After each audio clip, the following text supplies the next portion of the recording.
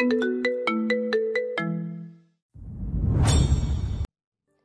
তো বলি, আহি কেন এতটা রাগ দেখাচ্ছিল। আসলে আহি সচরাচর এমনটা করে না। অবশ্য ও হয়তো আপনার নিজ থেকে কথা বলতে আসাটা স্বাভাবিকভাবে নিতে পারেনি, তাই এমনটা করেছে। মনে কষ্ট নেবেন না প্লিজ।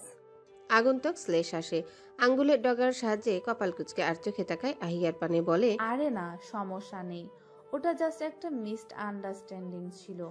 বাই দ্য ওয়ে, আপনাদের সাথে তো এখনো ঠিকঠাক ভাবে পরিচয় হলাম না। আমি শাহানুর ইপ্তি, আর আপনারা? মাহিয়া স্বাভাবিক কণ্ঠে জবাব দেয়, আমি মাহিয়া আহসান, আর ও আহিরা আহসান। মাহিয়ার মুখে তাদের পদবীর নাম শুনে কিছুটা ভরকায়। ইপ্তি চোখ সরু রেখে জিজ্ঞাসা করে, এহসান? আপনারা এহসান পরিবারের? মাহি এবং আহি দুজনেই অবাক হয় এমন বাক্যে। মাহি অবাক কণ্ঠে বলে, হ্যাঁ তো, আপনি কি আমাদের পরিবারকে চেনেন? ইফতি এখনো অনুভূতি শূন্য চোখে তাদের দিকে তাকিয়ে রাশভারী কণ্ঠে জিজ্ঞাসা করে, জনাব কবির এহসান, উনি আপনার কি হয়? আহিয়া তার কথার প্রতি উত্তরে তৎক্ষণাৎ জবাব দেয়, আমাদের বড় আব্বু তিনি। কিন্তু আপনি কিভাবে জানলেন বড় আব্বুকে? আপনি কি তাকে আগে থেকে চেনেন? ইফতির সাথে সাথে চোখ বন্ধ করে নেয়, বার কয়েক ঘন ঘন নিঃশ্বাস ছেড়ে বিড়বিড় করে বলতে থাকে, তাকে আমি কি করে ভুলি? মাহিয়া ও আহিয়া দুজনে ইফতির কর্মকাণ্ডে ভ্রু কুচকায়। মাহিয়া গম্ভীর হয়ে জিজ্ঞাসা করে, জি, কি বললেন আপনি?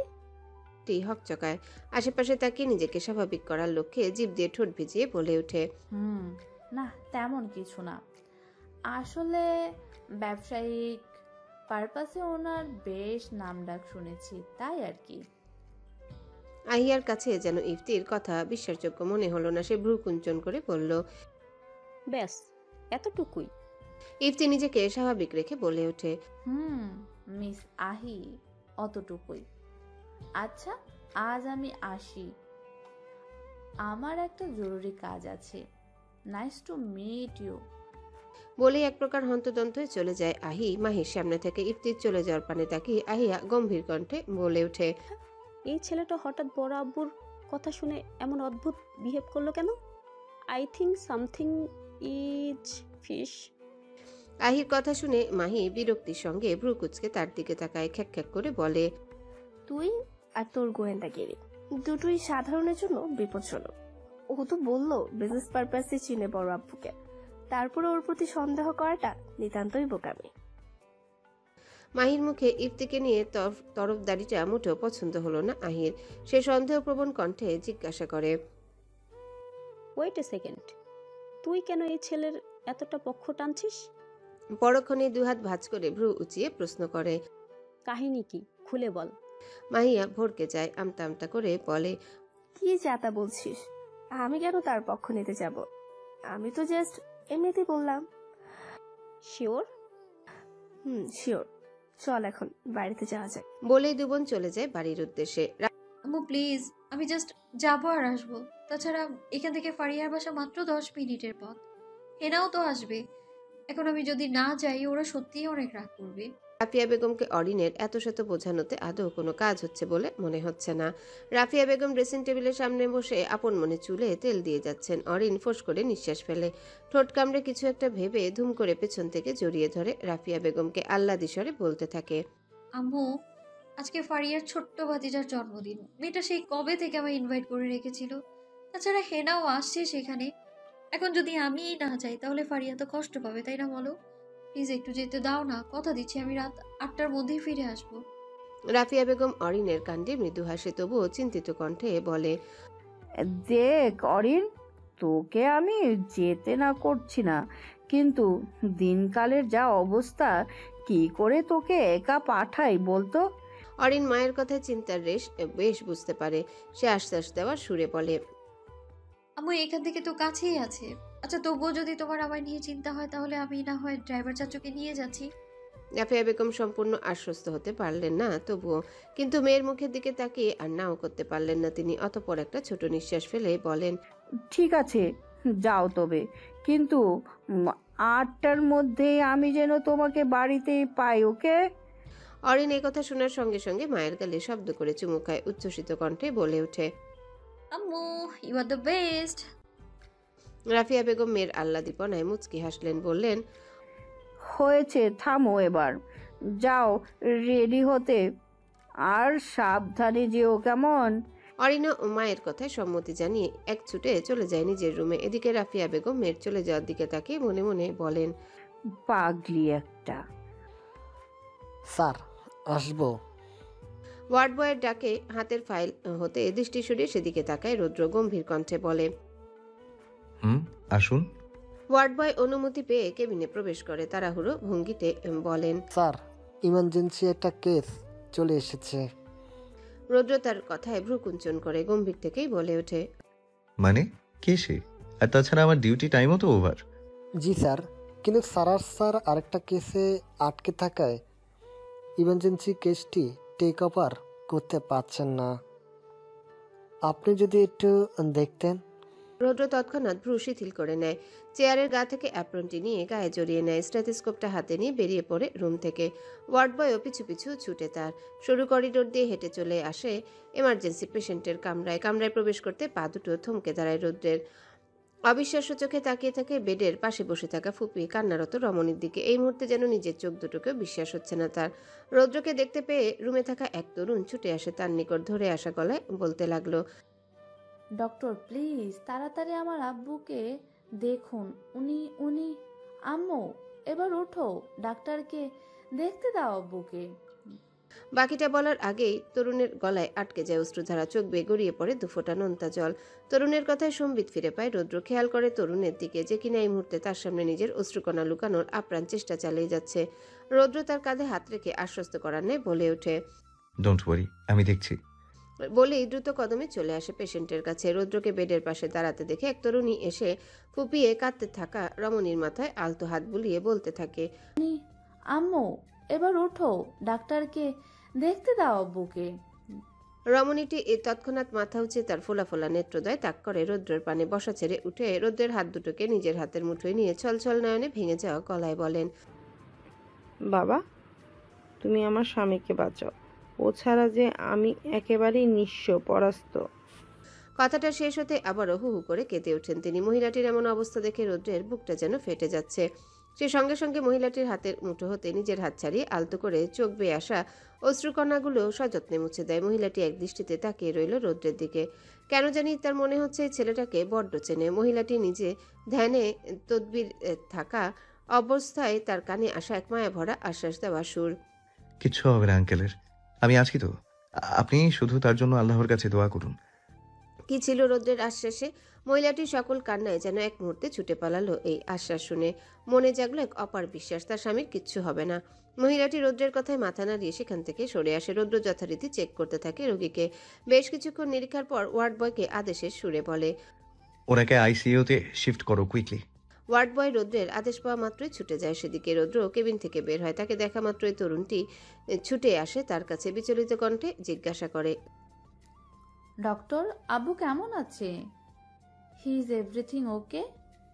রৌদ্র কোনো রূপ ভনুতা ছাড়াই বলে ওঠে, আপনার আব্বুর হার্ট অ্যাটাক হয়েছে, আরও কিছু জরুরি পরীক্ষা করে তারপর দেখতে হবে তার অপারেশন করা লাগবে কিনা।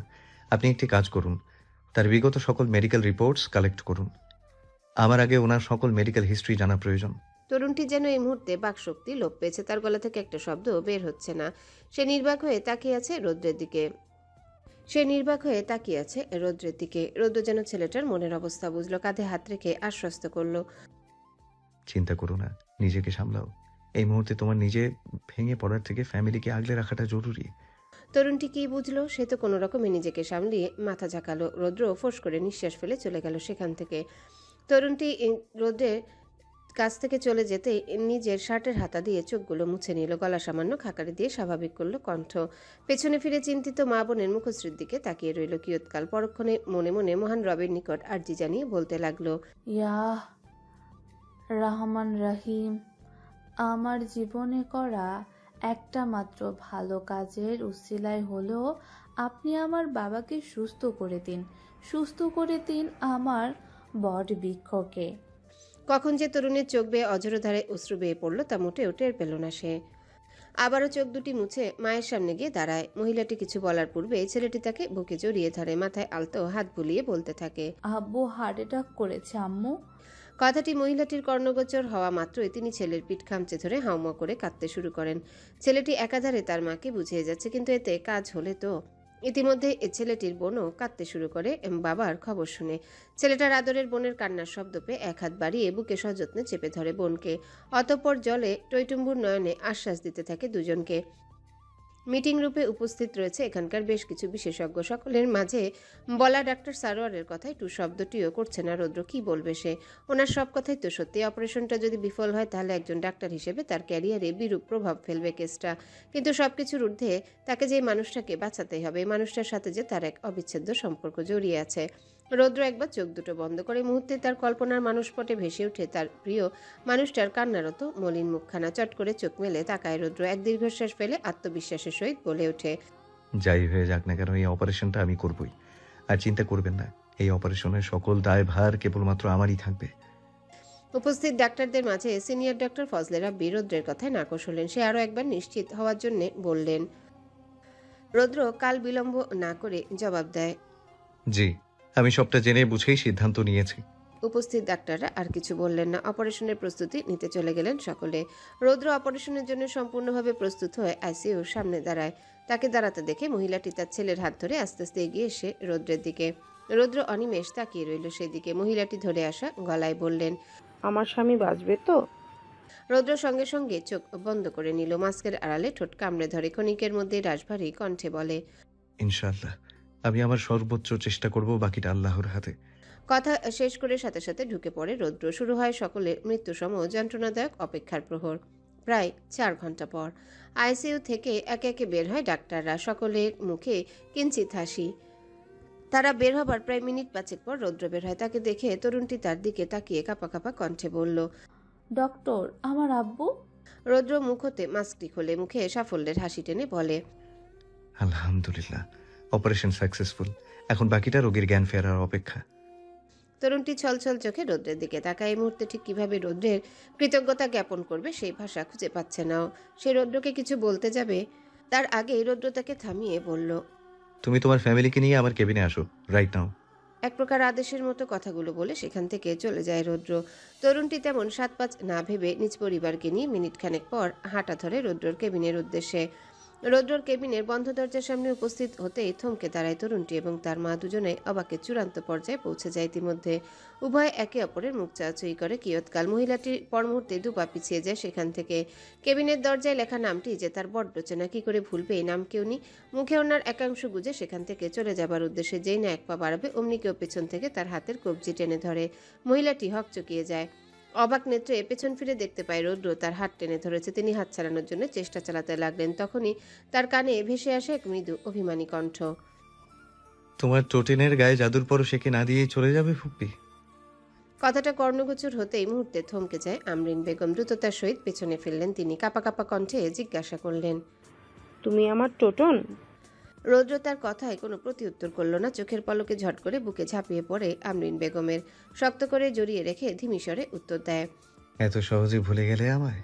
আমরিন বেগম যেন পর মুহূর্তে সকল বাধা বিপত্তি নিষেধাজ্ঞা ভুলে হাউমাউ করে কাঁদতে শুরু করলেন রৌদ্রকে বুকে নিয়ে। পরে রৌদ্রের মুখটি বুক থেকে উঠিয়ে অগণিত স্নেহময় পরশেকে দিতে লাগলেন তিনি। রৌদ্র চুপটি করে অনুভব করছে সবটা। কান্নার জোয়ারে ধরে আসা গলায় আমরিন বেগম বললেন, আমার টোটন, আমার রোদ, কত বড় হয়ে গেছিস তুই আব্বু, আমায় ভুলে যাসনি তো বাপ? রৌদ্র তার কথায় মুচকি হাসলো। ফুপুর চোখ দুটো সযত্নে মুছে দিয়ে বলতে লাগলো, না, তোমার টোটেন তোমায় কখনো ভুলেনি এবং ভুলবেও না। আমরিন বেগম যেন আরো আহ্লাদি হলেন। রৌদ্রর বুকে মুখ গুজে বাচ্চাদের মতো ফুপিয়ে কাঁদতে লাগলেন। রৌদ্র তাকে আটকালো না। ঝরুক না কিছু জমানো কষ্ট, ব্যথার চোখ বেয়ে অশ্রু বেশে। বেশ কিছুক্ষণ পর আমরিন বেগম মাথা তুললেন। ফোলা ফোলা ভেজা চোখ দুটো ওনার আঁচলে মুছলেন। রৌদ্র তাকে স্বাভাবিক হতে দেখে বলল, ভেতরে এসো। আমরিন বেগমও এক কথায় সায় দিলেন। ছেলে মেয়েদের নিয়ে ঢুকে পড়লেন রৌদ্রর কেবিনে। কেবিনে ঢুকে আমরিন বেগম তার ছেলে মেয়েকে দেখিয়ে পরিচয় করিয়ে দিতে লাগলেন। টোটন, ও আমার ছেলে শাহানুর ইফতি, বুয়েটে পড়ছে।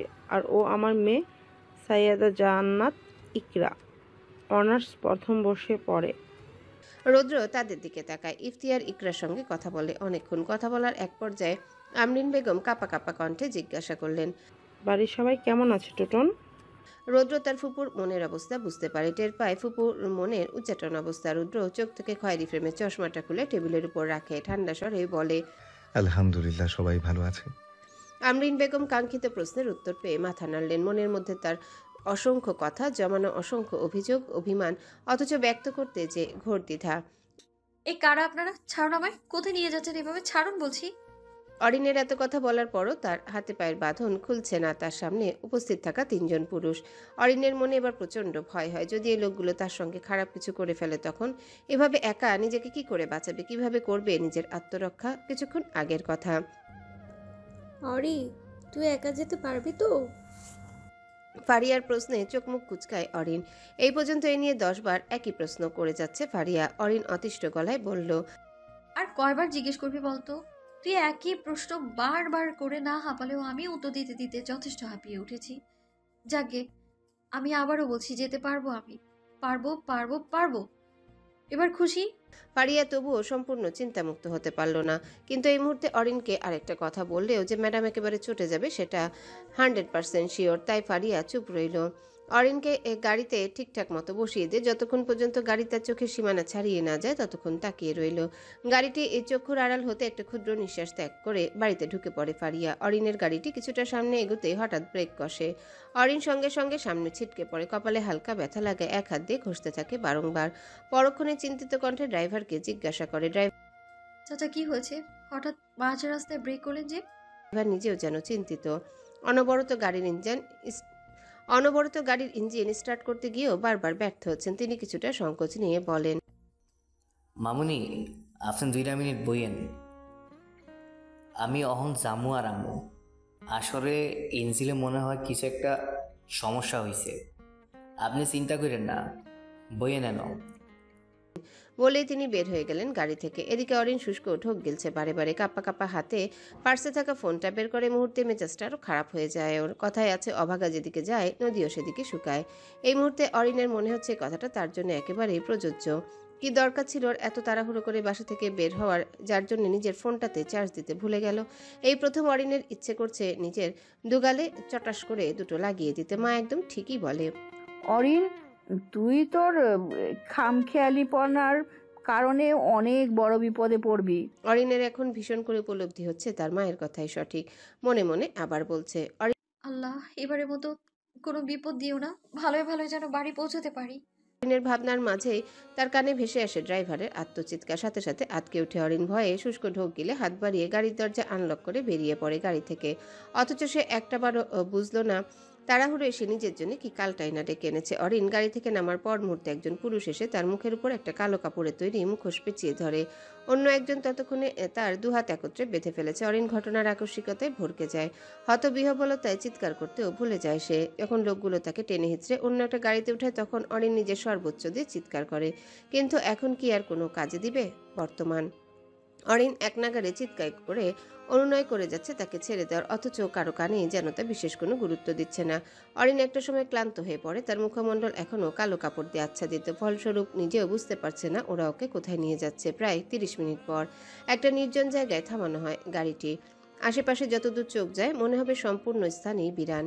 কিন্তু এই নির্জন জায়গায় কিছুটা দূরে একটিমাত্র টিনের ঘর বানানো। অরিনকে নিয়ে লোকগুলোর গন্তব্যস্থল সেখানে। লোকগুলো অরিনকে গাড়ি থেকে নামিয়ে বিকৃত হাসি দেয়। রাতের জ্যোৎস্নার আবছা আলোয় লোভাতুর দৃষ্টিতে অরিনের পা থেকে মাথা অবধি পরখ করে তারা। তাদের মধ্যে থেকে একজনের কণ্ঠে পৈশাচিক সূচনা এনে বলতে থাকে, ভাই, মায়েরা কিন্তু একেবারে খাসা, হালার কিন্তু চয়েস আছে। ঠিক কইছস, কিন্তু দেখ আমগো কপাল, আমরা এত কষ্ট করে এই মাল রে তুইলা আনছি, আর ওই হালাই হুদায় বইয়া বইয়া হুকুম ছাড়বো আর একলা একলা মজা লইব। তাদের দুজনের কথা শুনে তৃতীয় জন বলল, ভাই, তাইলে একখান কাম করি, আগে আমরা মজা লইয়া লই, এরপরে ওই হালারে দেই, কি কন?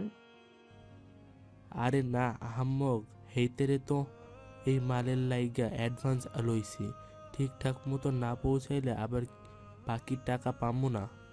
এর চেয়ে ভালো আগে দেই, তারপর হের মজার করণের পর আমরাও না হয় কোনমুনি, কি কস? প্রথম ব্যক্তিটির কথায় বাকি দুজনও সম্মতি জানায়। এদিকে অরিনের তাদের এসব কথা শুনে গা ঘিন করে ওঠে। সে আবারও ফুপিয়ে কান্না করে ওঠে। তার কান্নার আওয়াজ কানে যেতে উপস্থিত লোকগুলো তার মুখে টেপ পেঁচিয়ে দেয়। অরিন গুঙিয়ে যায় একাধারে। মনে মনে দোয়া করছে অন্তত কেউ একজন আসুক তাকে বিপদ হতে উদ্ধার করতে। রাত 8:15। আজকে শুধু বাসায় আসুক একবার, ওর ঝিঙ্গিপোনা বের করব। কতবার করে বলে দিলাম 8টার মধ্যে বাসায় ফিরতে, অথচ এখনো ফেরার নাম গন্ধও নেই। রাফিয়া বেগম চিন্তিত সুরে কথাগুলো বলে কিছুটা দম নিলেন। পাশ থেকে জুবাইদা বেগম তার কাঁধে হাত রেখে বললেন, চিন্তা করিস না রাফু, মেয়েটা সচরাচর কোথাও যায় না। আজকে হয়তো বান্ধবীদের পেয়ে আড্ডায় বসে গেছে। আর তাছাড়া বাড়ির গাড়িও তো ওর সাথে আছে, তাই না? জুবাইদা বেগমের এহেন আশ্বাসেও নিজের মনের মধ্যে ওঠা বিদঘুটে চিন্তাভাবনার ইতি টানতে পারলেন না রাফিয়া বেগম। পারবেনই বা কিভাবে? মায়ের মন বলে কথা। রাফিয়া বেগম চিন্তিত গলায় বললেন, এমনটাই যেন হয় রে জবা, মেয়েটা যেন সুস্থভাবে বাড়িতে ফিরে। অনেক বাসায় এসে জানতে পারে তার বোনও এখনো বাড়িতে ফিরেনি। সেই থেকে অনেক অনবরত অরিনের ফোনে কল দিয়ে যাচ্ছে। আজকে তার খুব রাগ উঠছে অরিনের উপর। মানলো বনু ফ্রেন্ডের বাসায় গেছে, তাই বলে কি ফোনটাও সুইচ অফ রাখবে? সে কি বোঝে না তার জন্য বাড়ির প্রতিটা মানুষ কেমন চিন্তা করে? অনেক নিজের ঘরে পাইচারি করছে আর একের পর এক অরিনের ফোনে কল দিয়ে যাচ্ছে, কিন্তু বরাবরই একই কথা আসছে ওপাশ থেকে, আপনার ডায়ালকৃত নাম্বারটি এই মুহূর্তে বন্ধ আছে। অনেক আর এক মুহূর্ত দেরি না করে গায়ে শার্ট জড়িয়ে বেরিয়ে পড়ে বাসা থেকে। নিজেই গাড়ি ড্রাইভ করে ছুটে চলে ফারিয়াদের বাড়ির উদ্দেশ্যে। প্রায় মিনিট 20 পর অনেক হন্তদন্তয় পৌঁছায় ফারিয়াদের বাসার সামনে। অনেক কাল বিলম্ব না করে গাড়ি থেকে বের হয়। ব্যস্ত হাতে বাসার কলিং বেল চাপতে থাকে। প্রায় মিনিট 2 পর ফারিয়া এসে সদর দরজা খুলে দেয়। অনেকে এক সময় নিজের বাড়িতে দেখে কিছুটা চমকায়। ফারিয়া অবাক হয়ে জিজ্ঞাসা করে, ভাইয়া আপনি হঠাৎ এ সময়? অনেক এই প্রশ্নের কোনো জবাব না দিয়ে ব্যস্ত কণ্ঠে বলল, অরিন কোথায়? ওকে ডেকে দাও, বাড়িতে ফিরতে হবে। অনেকের মুখে এই কথা শুনে ফারিয়া যেন আকাশ থেকে পড়ল। তৎক্ষণাৎ বিচলিত হয়ে বলল, কি বলছেন ভাইয়া? অরিন তো সেই 1 ঘন্টা আগে এখান থেকে চলে গিয়েছে, ও এখনো বাড়িতে পৌঁছায়নি। অনেকের চোখে মুখে যেন নিমিষে আধার নেমে আসে। বুকটা অস্বাভাবিকভাবে কেঁপে ওঠে। তৎক্ষণাৎ গলার স্বর যেন কোথাও একটা আটকে গেছে। তার থেমে থেমে জিজ্ঞাসা করে, 1 ঘন্টা আগে বের হয়েছে। ফারিয়া মাথা ঝাঁকায়। তারও এখন বড্ড চিন্তা হচ্ছে, কোথায় গেল মেয়েটা? ও ঠিক আছে তো? অনেক ফারিয়াকে আর কিছু না বলে সেখান থেকে চলে আসে গাড়ির নিকট। মাথায় তার রাজ্যের দুশ্চিন্তা, কোথায় আছে তার বোনও, কোনো বিপদ হলো না তো? এসব ভাবনা মাথায় রেখে অনেক গাড়িতে বসে। গাড়ি নিয়ে হন্তদন্ত হয়ে আশেপাশে খুঁজতে থাকে। ফারিয়াদের বাড়ির উল্টো পথে গাড়ি ছোটায় অনেক। কিছুটা সামনে যেতেই চোখে পড়ে তাদের বাড়ির গাড়িকে। অনেক সঙ্গে সঙ্গে সেখানে ব্রেক কষে ব্যস্ত পায়ে নেমে আসে গাড়ি থেকে। পরক্ষণে দেখতে পায় রাস্তায় অবস্থায় পড়ে থাকা ড্রাইভারকে। অনেক সেদিকে এক পলক তাকায়। গাড়ির ভেতর বাহিরে চারিদিকে হন্য হয়ে খুঁজতে থাকে নিজের বনুকে, কিন্তু কোথাও অরিনের হদিস নেই। অনেক খেয়াল করলো এখন ততটা রাত না হলেও এদিকটা অনেকটাই নির্জন। অনেক চিৎকার দিয়ে ডাকতে থাকে অরিনকে, পাগলের মতো খুঁজতে থাকে এদিক ওদিক। কোথাও অরিনকে না পেয়ে অনেক আবারও চলে আসে ড্রাইভারের কাছে। ড্রাইভারের মাথার পাশ বেয়ে রক্ত ঝরছে। সেদিকে খেয়াল করা মাত্রই অনেকের বুকটা আবারও মোচড় দিয়ে ওঠে। অনেক কি করবে ভাবতে ভাবতে হুট করে তার মনে পড়ে রৌদ্রের কথা। অনেক সঙ্গে সঙ্গে পকেট থেকে ফোন বের করে কল লাগায় রৌদ্রের নাম্বারে। 1বার 2বার রিং হতে ওপাশ থেকে রিসিভ হয় কলটি। রৌদ্র ভাইয়া ড্রাইভ করছিল। অনেকের এমন কণ্ঠ শুনে ভ্রুকুটি করে ও চিন্তিত হয়ে প্রশ্ন করে, অনেক, আর ইউ ওকে? অনেকের গলা ধরে আসছে। কোনো রকম নিজের কান্নাগুলো দমিয়ে রেখে কাপা কাপা কণ্ঠে বলতে লাগলো, ভাইয়া আমার অরিন। সঙ্গে সঙ্গে গাড়ি ব্রেক কষে। রৌদ্র বিচলিত হয়ে প্রশ্ন করে, কি হয়েছে অরির? কোথায় ও? অরি ঠিক আছে তো? কি ব্যাপার, জবাব দিচ্ছিস না কেন? কি হয়েছে অরির? ওর কাছে ফোনটা দে। অনেক বহু কষ্টে নিজেকে সামলে একে একে সবটা খুলে বলল রৌদ্র। সবটা শোনার পর স্তব্ধ হয়ে রইল কিয়ৎক্ষণ। অতঃপর অনেকের কানে আসে এক অন্যরকম স্বর, তোর লোকেশন সেন্ড কর। বলেই খট করে ফোন কেটে দেয় রৌদ্র। অনেকেও তার কথা মতো লোকেশন দিয়ে সেখানে গাড়ির গা ঘেঁষে বসে পড়ে মাটিতে। ভাবতে থাকে কিভাবে বলবে বাড়িতে অরিনের নিখোঁজ হওয়ার কথা, না বলেই বা কিভাবে খুঁজবে অরিনকে। অনেক চোখ বন্ধ করে। সেখান থেকে অবিরাম গড়িয়ে পড়ে নোনতা জল। বিড়বিড়িয়ে বলে, কোথায় তুই বনু, কোথায়? প্রায় কিছুক্ষণ পর দুর্বার গতিতে গাড়ি নিয়ে অনেকের সামনে উপস্থিত হয় রৌদ্র। গাড়ি থামিয়ে হন্তদন্ত পায়ে নেমে আসে। অনেক বুঝি রৌদ্রকে দেখে এতক্ষণ যাবৎ নিজের দমিয়ে রাখা কান্নাগুলো আর আটকাতে পারল না। ছুটে এসে রৌদ্রকে জড়িয়ে ধরে বাচ্চাদের মতো হাউমাউ করে কাঁদতে থাকে। কান্নায় জোয়ারে ধরে আসা কণ্ঠে থেমে থেমে বলল, আমার বনু কই ভাইয়া? ওকে এনে দাও প্লিজ, ওর যাতে কিচ্ছু না হয়। রৌদ্রের বুকটায় বুঝি কেউ হাতুড়ি পেটা করছে। সে অনেককে শক্ত করে এক হাত দিয়ে আগলে ধরে, শক্ত কণ্ঠে বলে, পেয়ে যাবো ওকে, চিন্তা করিস না। আমার অরির গায়ে সামান্য ফুলের টোকা দেবে এমন কোনো বাপের বেটা এই পৃথিবীতে জন্মায়নি। চল। সহসা অনেকের কান্না থেমে যায়, হাত দুটো ঢিল হয়ে আসে তার। অবাক চোখে তাকিয়ে রয় রৌদ্রর দিকে। রৌদ্রর চোখের দিকে তাকাতেই ভরকে যায় ও। রৌদ্রের চোখ দুটো ইতিমধ্যে লাল রক্তবর্ণ ধারণ করেছে। রৌদ্র চোয়াল শক্ত রেখে বলল, চল। বলে এই গাড়ির দিকে দ্রুত পদে হাঁটা ধরে সে। অনিকও তার কথা মতো পিছু পিছু আসে। অতঃপর দুজনে গাড়িতে উঠে যাত্রা শুরু করে। অরিনকে লোকগুলো ধরে আনে নির্জন জায়গাটা, সেই পুরনো পরিত্যক্ত টিনের ঘরটিতে। লোকগুলো ভেতরে ঢুকে বিনম্র শ্রদ্ধায় সালাম জানায় তাদের সামনে উপস্থিত অরিনের কন্ট্যাক্ট দেওয়া লোকটিকে। মানবটি রহস্যময় বাঁকা হেসে তাদেরকে বলল, গুড জব, পাখিকে ঠিকঠাক মতো খাঁচায় বন্দি করতে পেরেছো। তবে পরক্ষণে তাদের উদ্দেশ্যে একটা সাইন করা চেক এগিয়ে দেয়। এই নে তোদের বাকি পাওনা, এবার বিদেয় হো। লোকগুলোর মধ্যে একজন এগিয়ে এসে চেকটি হাতে নেয়, কিছুক্ষণ আমতা আমতা করে বলতে থাকে। ভাই, একটা কথা আসিল। মানবটি বাঁকা হাসে, আঙ্গুল দিয়ে ঘাড় চুলকিয়ে বলল, জানি কি বলতে চাচ্ছিস, তোদের চোখ মুখ দেখেই বোঝা যায় সবটা। কিন্তু শুনে রাখ, আমি শিহাব নিজের ব্যবহারকৃত সামান্য জিনিসপত্র অন্যকে অ্যালাউ করি না। সেখানে তোরা আমার পছন্দের মানুষকে চাচ্ছিস।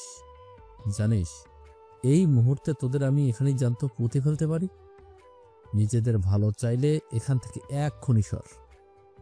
লোকগুলো শিহাবের কথায় দমে যায়। ফাঁকা ঢোক গেলে মাথা নত করে সেখান থেকে প্রস্থান ঘটায়। তাদের চলে যেতে দেখে শিহাব ধীর কদমে এগিয়ে যায় অরিনের দিকে। অরিনের সামনে হাঁটু গেড়ে ফ্লোরে বসে আলতো হাতে মুখমণ্ডলের উপরের মুখোশটি খুলে দেয়। অরিন সাথে সাথে চোখ উঠিয়ে সামনে তাকায়। সম্মুখে থাকা মানুষটিকে দেখে আপনা আপনি চোখ বড় হয়ে আসে অরিনের। শিহাব মুচকি এসে অরিনের মুখ থেকে টেপটি সরিয়ে দেয়, আলতো গলায় বলল, ওয়েলকাম ম্যাডাম। অরিন বিস্ময়ে ভীভূত হয়ে তাকিয়ে রইল শিহাবের দিকে। অবাক হয়ে বলে ওঠে, আপনি? আমার অরি কই? কোথায় নিয়ে গিয়েছে ওকে? তোরা থাকতে কি করে এরকমটা হলো? উত্তর দে। হুঙ্কার ছেড়ে একের পর এক থাপ্পড় দিয়ে বলতে থাকে রৌদ্র। মার খেতে থাকা লোকগুলো ভয়ে তটস্থ।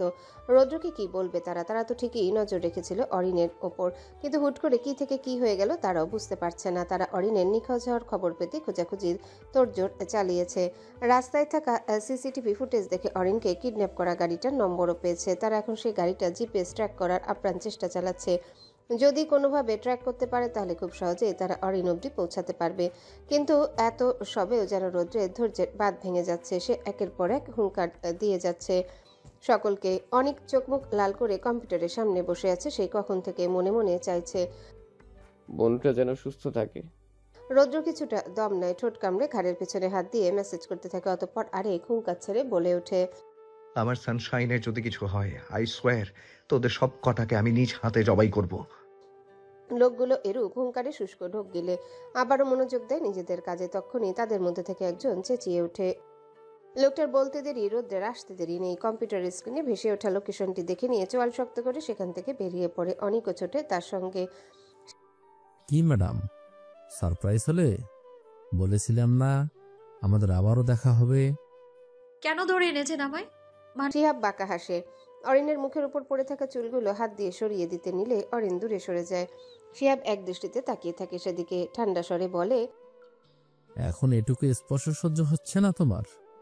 অথচ আর কিছুক্ষণ পর তোমার সর্বাঙ্গে শুধু আমার কেবলমাত্র আমারই স্পর্শ থাকবে ম্যাডাম। অরিন আটকে উঠে পরপর শুকনো ঢোক গেলে। মানে? শিহাব অরিনের আরেকটু কাছে চলে আসে, হাসকি স্বরে বলল, মানে আরেকটু পর তুমি আমার বউ হবে জানামান। তৎক্ষণাৎ পেছন থেকে ভেসে আসে এক গম্ভীর পুরুষালী কণ্ঠস্বর। ওকে বিয়ে করার মতো কলিজা আছে তোর? দেখিস আবার বিয়ে করতে গিয়ে একেবারে মরে টরে যাস না যেন। শিহাব সঙ্গে সঙ্গে পেছনে ফিরে কিছু বুঝে ওঠার আগেই তার নাক বরাবর এলোপাথারি ঘুষি পড়তে থাকে। রৌদ্র তার শরীরের সর্বশক্তি দিয়ে মেরে যাচ্ছে শিহাবকে। অনেক ছুটে এসে অরিনকে বুকে জড়িয়ে ধরে, আস্তে ধীরে খুলে দেয় বোনের হাত পা। অরিনও ভাইকে পেয়ে কাঁদতে শুরু করে একাধারে। অন্যদিকে রৌদ্র এখনো মেরে যাচ্ছে শিহাবকে। শিহাব যেন রৌদ্রের সাথে কিছুতেই পেরে উঠছে না। রৌদ্রর হাতে গায়ে শিহাবের মুখে রক্ত লেগে যাচ্ছে, তাই অবস্থা। তখনই কানে ভেসে আসে অরিনের ধিমি স্বর, রোদ ভাই। হঠাৎ পরিচিত ডাকে রৌদ্রের হাত দুটো তৎক্ষণাৎ থমকে যায়। শরীরের শিরা উপশিরায় বয়ে যায় মৃদু ঝংকার। মনে পড়ে যায় এখানে অরিনের উপস্থিতির কথা। সাথে সাথে শিহাবের কলার ছেড়ে দেয়। সে পাশে থাকা তার লোকগুলোকে চোখ দিয়ে ইশারায় শিহাবকে নিয়ে যেতে বলে। লোকগুলো রৌদ্রের ইশারা মোতাবেক কাজে লেগে পড়ে। অন্যদিকে অরিন এখনো হতভম্ব হয়ে তাকিয়ে আছে রৌদ্রের দিকে। তার যেন বিশ্বাসই হচ্ছে না তার রোদ ভাই কাউকে মারতেও পারে। তার উপর রোদ ভাই গায়ে রক্ত দেখে হাত পা কাঁপছে। ওর রক্তে যে তার মারাত্মক ফোবিয়া। অরিনের চোখের সামনে সবকিছুই কেমন আবছা হয়ে আসছে। নিভু নিভু চোখে রৌদ্রের দিকে তাকিয়ে যেই না মাথা ঘুরে পড়ে যেতে নেবে অমনি রৌদ্র এসে তাকে খপ করে ধরে নেয়। অরিন নিভু নিভু চোখে তাকিয়ে রয় রৌদ্রের দিকে। রৌদ্র অরিনের গালে হালকা চাপড় দিয়ে বিচলিত কণ্ঠে বলতে থাকে, জান বাচ্চা, চোখ খোল, টাকা আমার দিকে শোনা, কিচ্ছু হবে না তোর। আমি থাকতে তোর গায়ে একটা আঁচড়ও পড়তে দিব না। এই এই জান বাচ্চা, কোথায় কষ্ট হচ্ছে তোর? অরিন আর কি বলবে, ফোবিয়ার কারণে সঙ্গে সঙ্গে জ্ঞান হারায় তার রোদ ভাইয়ের বাহু ডোরে। রৌদ্র অরিনের জ্ঞান চলে যাওয়ায় অস্থির হয়ে ওঠে। অরিনের দুগালে হালকা চাপড় দিতে থাকে, কিন্তু না, অরিনের কোনো হুঁশ নেই। রৌদ্র আর দেরি না করে অরিনকে পাজা করে তুলে নেয়। হেঁটে চলে গাড়ির দিকে। অনিককেও চোখ দিয়ে ইশারায় সঙ্গে আসতে বলে। রৌদ্র গাড়ির ব্যাক সিটে চলে যায় অরিনকে কোলে নিয়ে। অনিককে আদেশের সুরে বলল, ড্রাইভ কর। অনিকও সম্মতি জানায়। দ্রুত পদে বসে পড়ে ড্রাইভিং সিটে। অতঃপর কাল বিলম্ব না করে গাড়ি স্টার্ট দেয়। রৌদ্র অরিনের নিশ্চল মুখশ্রীর দিকে অনিমেষ চোখে তাকিয়ে রয়। তার চোখ বেয়ে অরিনের গালের উপর গড়িয়ে পড়ে দু ফোঁটা নোনা জল। রৌদ্র সময় নিয়ে পলক্ষীন তাকিয়ে থাকে সেই অশ্রুকণার দিকে। যত্নের সহিত দু আঙ্গুলের সাহায্যে মুছে দেয় অবলীলায় গড়িয়ে পড়া অশ্রুকণাগুলো। পরে হালকা নাক টেনে জ্ঞানহীন অরিনের মাথায় আলতো হাতে হাত বুলিয়ে দিতে থাকে। অনেক ড্রাইভিং করার ফাঁকে ফাঁকে লুকিং গ্লাসে এসব দেখছিল। পরে একটা দীর্ঘশ্বাস ফেলে আবারও মনোযোগ দেয় ড্রাইভিংয়ে। অনিকের মাথায় এখন অসংখ্য চিন্তা। কিভাবে বাসায় অরিনের সাথে হওয়া দুর্ঘটনার কথা বলবে, কিভাবে সবটা সামাল দিবে। অনিক যখন এসব ভাবনায় মশগুল, তখন পেছন থেকে রৌদ্রের রাশভারী কণ্ঠ কানে আসে তার। অনেক, গাড়ির সামনের ড্রয়ারে পানির বোতল আছে, পাস কর। আর সামনে যে হসপিটাল আগে আসবে সেখানে গাড়ি থামাবি। অনিক সবটা শুনে ঘাড় নাড়িয়ে এক হাত গাড়ির স্টিয়ারিং এর উপর রেখে অন্য হাত দিয়ে পানি এগিয়ে দেয় ব্যাক সিটে। রৌদ্র পানি নিয়ে নিজের পকেটে থাকা রুমালটা বের করে ভিজিয়ে নেয়। কিছুটা ভেজা রুমাল দ্বারা ধীরে ধীরে মুছে দেয় অরিনের মুখমণ্ডল। কাজ শেষ করে রৌদ্র এবার অরিনের পালস রেট চেক করে। এক হাত দিয়ে অরিনের পালস চেপে ধরে অন্য হাতে থাকা ঘড়ির দিকে তাকিয়ে থাকে। অরিনের পালস রেট বেড়ে গিয়েছে অনেকটা। রৌদ্র চিন্তায় আবারও হাঁসফাঁস করে ওঠে। অনিককে আবারও তাড়া দিতে থাকে। অনেক, গো ফাস্ট। অনেক কিছু না বলে শুধু মাথা ঝাঁকায়। অতঃপর প্রায় 20 মিনিটের মাথায় তারা পৌঁছে যায় একটা হসপিটালে। রৌদ্র কোনোরূপ সময় নষ্ট না করে অরিনকে ফের কোলে তুলে হাঁটা ধরে হসপিটালের ভেতরে। অনিক এবার রৌদ্রর পথ আটকায়, কাতর চোখে তাকায় ভাইয়ের দিকে। রৌদ্র অনিকের হাবভাবে ভ্রু কুচকায়, মেজাজ দেখিয়ে বলে, হোয়াট? পথ আটকে দাঁড়িয়েছিস কেন? অনিক আমতা আমতা করে কাতর গলায় বলে, ভাইয়া, বলছিলাম কি, বনুকে না হয় আমি নিয়ে যাই ভেতরে। রৌদ্রের মেজাজ মুহূর্তে বিগড়ে যায়। চোয়াল শক্ত করে ধমকে বলে, এটা নাটক করবার মতো সময় না অনেক, সর সামনে থেকে। আর এমনিতেও কয়েকদিন পর থেকে ও সবকিছু আমি করব, সো ধরে নে এটা প্রি ওয়ার্ক। কথা শেষ হওয়া মাত্র আর এক মুহূর্ত দেরি করল না। রৌদ্র গটগট পায়ে এগিয়ে যায় হসপিটালের ভেতর। অন্যদিকে পেছনে এখনো হতবিহ্বল হয়ে দাঁড়িয়ে আছে অনেক। ভাবছে কি বলল রোদ ভাই, এটা তার প্রি ওয়ার্ক মানে? বনুর জন্য তার রোদ ভাইয়ের মাথাটা কি একেবারে গেল নাকি? অনেক রৌদ্রে যাওয়ার দিকে তাকিয়ে আছে এখনো। নিজ চোখে অবলোকন করছে একজন উন্মাদ প্রেমিকের উন্মাদনা। তার বোনের জন্য রোদ ভাইয়ের এমন পজিটিভনেস, কেয়ারিং বিহেভিয়ার দেখে অনেক মুগ্ধ। প্রতিটা ভাই নিজের আদরের বোনের জন্য হয়তো নিঃসন্দেহে রৌদ্রের মতো মানুষকে চাইবে। অনেক মুখে প্রশান্তির হাসি টানে মনে মনে দোয়া করে, এই জুটি যেন সারা জীবন অটুট থাকে। রৌদ্র অরিনকে নিয়ে একটা কেবিনে চলে আসে। সেখানে আগে থেকে দুজন নার্স উপস্থিত ছিল। নার্স দুজন রৌদ্রকে দেখে হা করে তাকিয়ে থাকে। রৌদ্র তাদের দিকে ভ্রুক্ষেপ না করে নিজের পরিচয় দেয়। নার্সরাও আর তেমন কোনো বাধা দেয় না তাকে। রৌদ্র অরিনকে বেডে শুইয়ে দেয়। অতঃপর নিজে শুরু করে অরিনের ট্রিটমেন্ট। রৌদ্র প্রথমে অরিনের প্রেশার চেক করবে বলে নার্সদের দিকে না তাকিয়ে বলল, give me the stethoscope. Nurse দুজনের কেউই কি শুনল সেই কথা? না, শুনল না তো। এই যে এখনো তারা কেমন হাঁ করে তাকিয়েছে রৌদ্রের দিকে। রৌদ্র এবার তাদের দিকে দৃষ্টি আনে। সঙ্গে সঙ্গে আবারও মেজাজ হারায় ও কর্কশ গলায় খেকিয়ে বলতে থাকে, stop staring me like this, I am not an alien. কাজ করতে না পারলে এখান থেকে বের হন দুজন, আর শীঘ্রই অন্য কাউকে পাঠান। নার্স দুজন রৌদ্রের কথায় হকচকি একে অপরের মুখ চাওয়াচাই করে। রৌদ্র আবারও খেকিয়ে ওঠে, কি হলো, জানেন এখান থেকে? নার্স দুজন আমতা আমতা করে। একজন মিনমিনি অপরাধী সুরে বলল, সরি আর হবে না, এই নিন স্টেথোস্কোপ। বলে স্টেথোস্কোপটা এগিয়ে দেয় রৌদ্রের সামনে। রৌদ্র একবার সেদিকে কঠিন চোখে তাকে ফোঁস করে নিঃশ্বাস ফেলে। অতঃপর মনোযোগী হয় অরিনের দিকে। রৌদ্র অরিনের প্রেশার চেক করে দেখে অরিনের প্রেশার ফল করেছে। রৌদ্র নার্সকে কিছু বলতে যাবে তার আগেই তাদের মধ্য থেকে একজন আগেভাগে অরিনের জন্য স্যালাইন রেডি করতে ব্যস্ত হয়ে পড়ে। রৌদ্র আর কিছু বলে না। অরিনকে স্যালাইন লাগানোর আগে অপর নার্সকে আদেশের সুরে বলে, ওকে পেশেন্ট ড্রেস পরিয়ে দিন, আর হ্যাঁ অবশ্যই সাবধানে। বলেই রৌদ্র বাহিরে যেতে উদ্যত হয়। নার্সটি রৌদ্রের কথা মতো অরিনকে নিয়ে ব্যস্ত হয়ে পড়ে। তাড়াহুড়ো করতে গিয়ে অরিনের গলার কিছুটা নিচের দিকে অরিনের গলায় থাকা চেনের আঁচড়ে অল্প একটু কেটে যায়। নার্সটি সেখানে তেমন কোনো পাত্তা দেয় না, কিন্তু তখনই পেছন থেকে ভেসে আসে এক বিরাট ধমক। Hey you idiot, what have you done? Roudra তাড়াতাড়ি এগিয়ে আসে অরিনের কাছে। গলার নিচে লেগে থাকা তরলের দিকে তাকিয়ে সঙ্গে সঙ্গে চোখ বন্ধ করে দুহাত মুষ্টিবদ্ধ করে নেয়।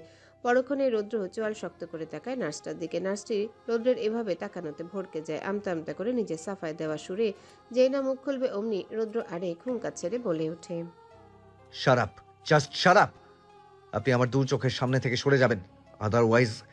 নার্সটি রৌদ্রের এহেন ব্যবহারে হতভম্ব হয়ে দাঁড়িয়ে রয়। সামান্য এতটুকু ব্যথা লাগায় কেউ এমন রিয়াক্ট করে? এ লোক কি পাগল? না, পাগল হলে কি আর ডক্টর হতে পারতো? নার্সটি নিজের চিন্তায় মজে থাকা অবস্থায় রৌদ্র আরেকবার চেঁচিয়ে ওঠে, আউট। নার্সটি তৎক্ষণাৎ আটকে ওঠে। সম্বিত ফিরে পেয়ে মুখে জগতের আধার নিয়ে প্রস্থান করে কেবিনটা থেকে। অন্যদিকে রৌদ্র এবার নিজ উদ্যোগে অরিনের সবটা সামলায়। অরিনকে নিয়ে যে সে বিন্দুমাত্র আপোষ করতে পারবে না। অনেক কোথায় তুই?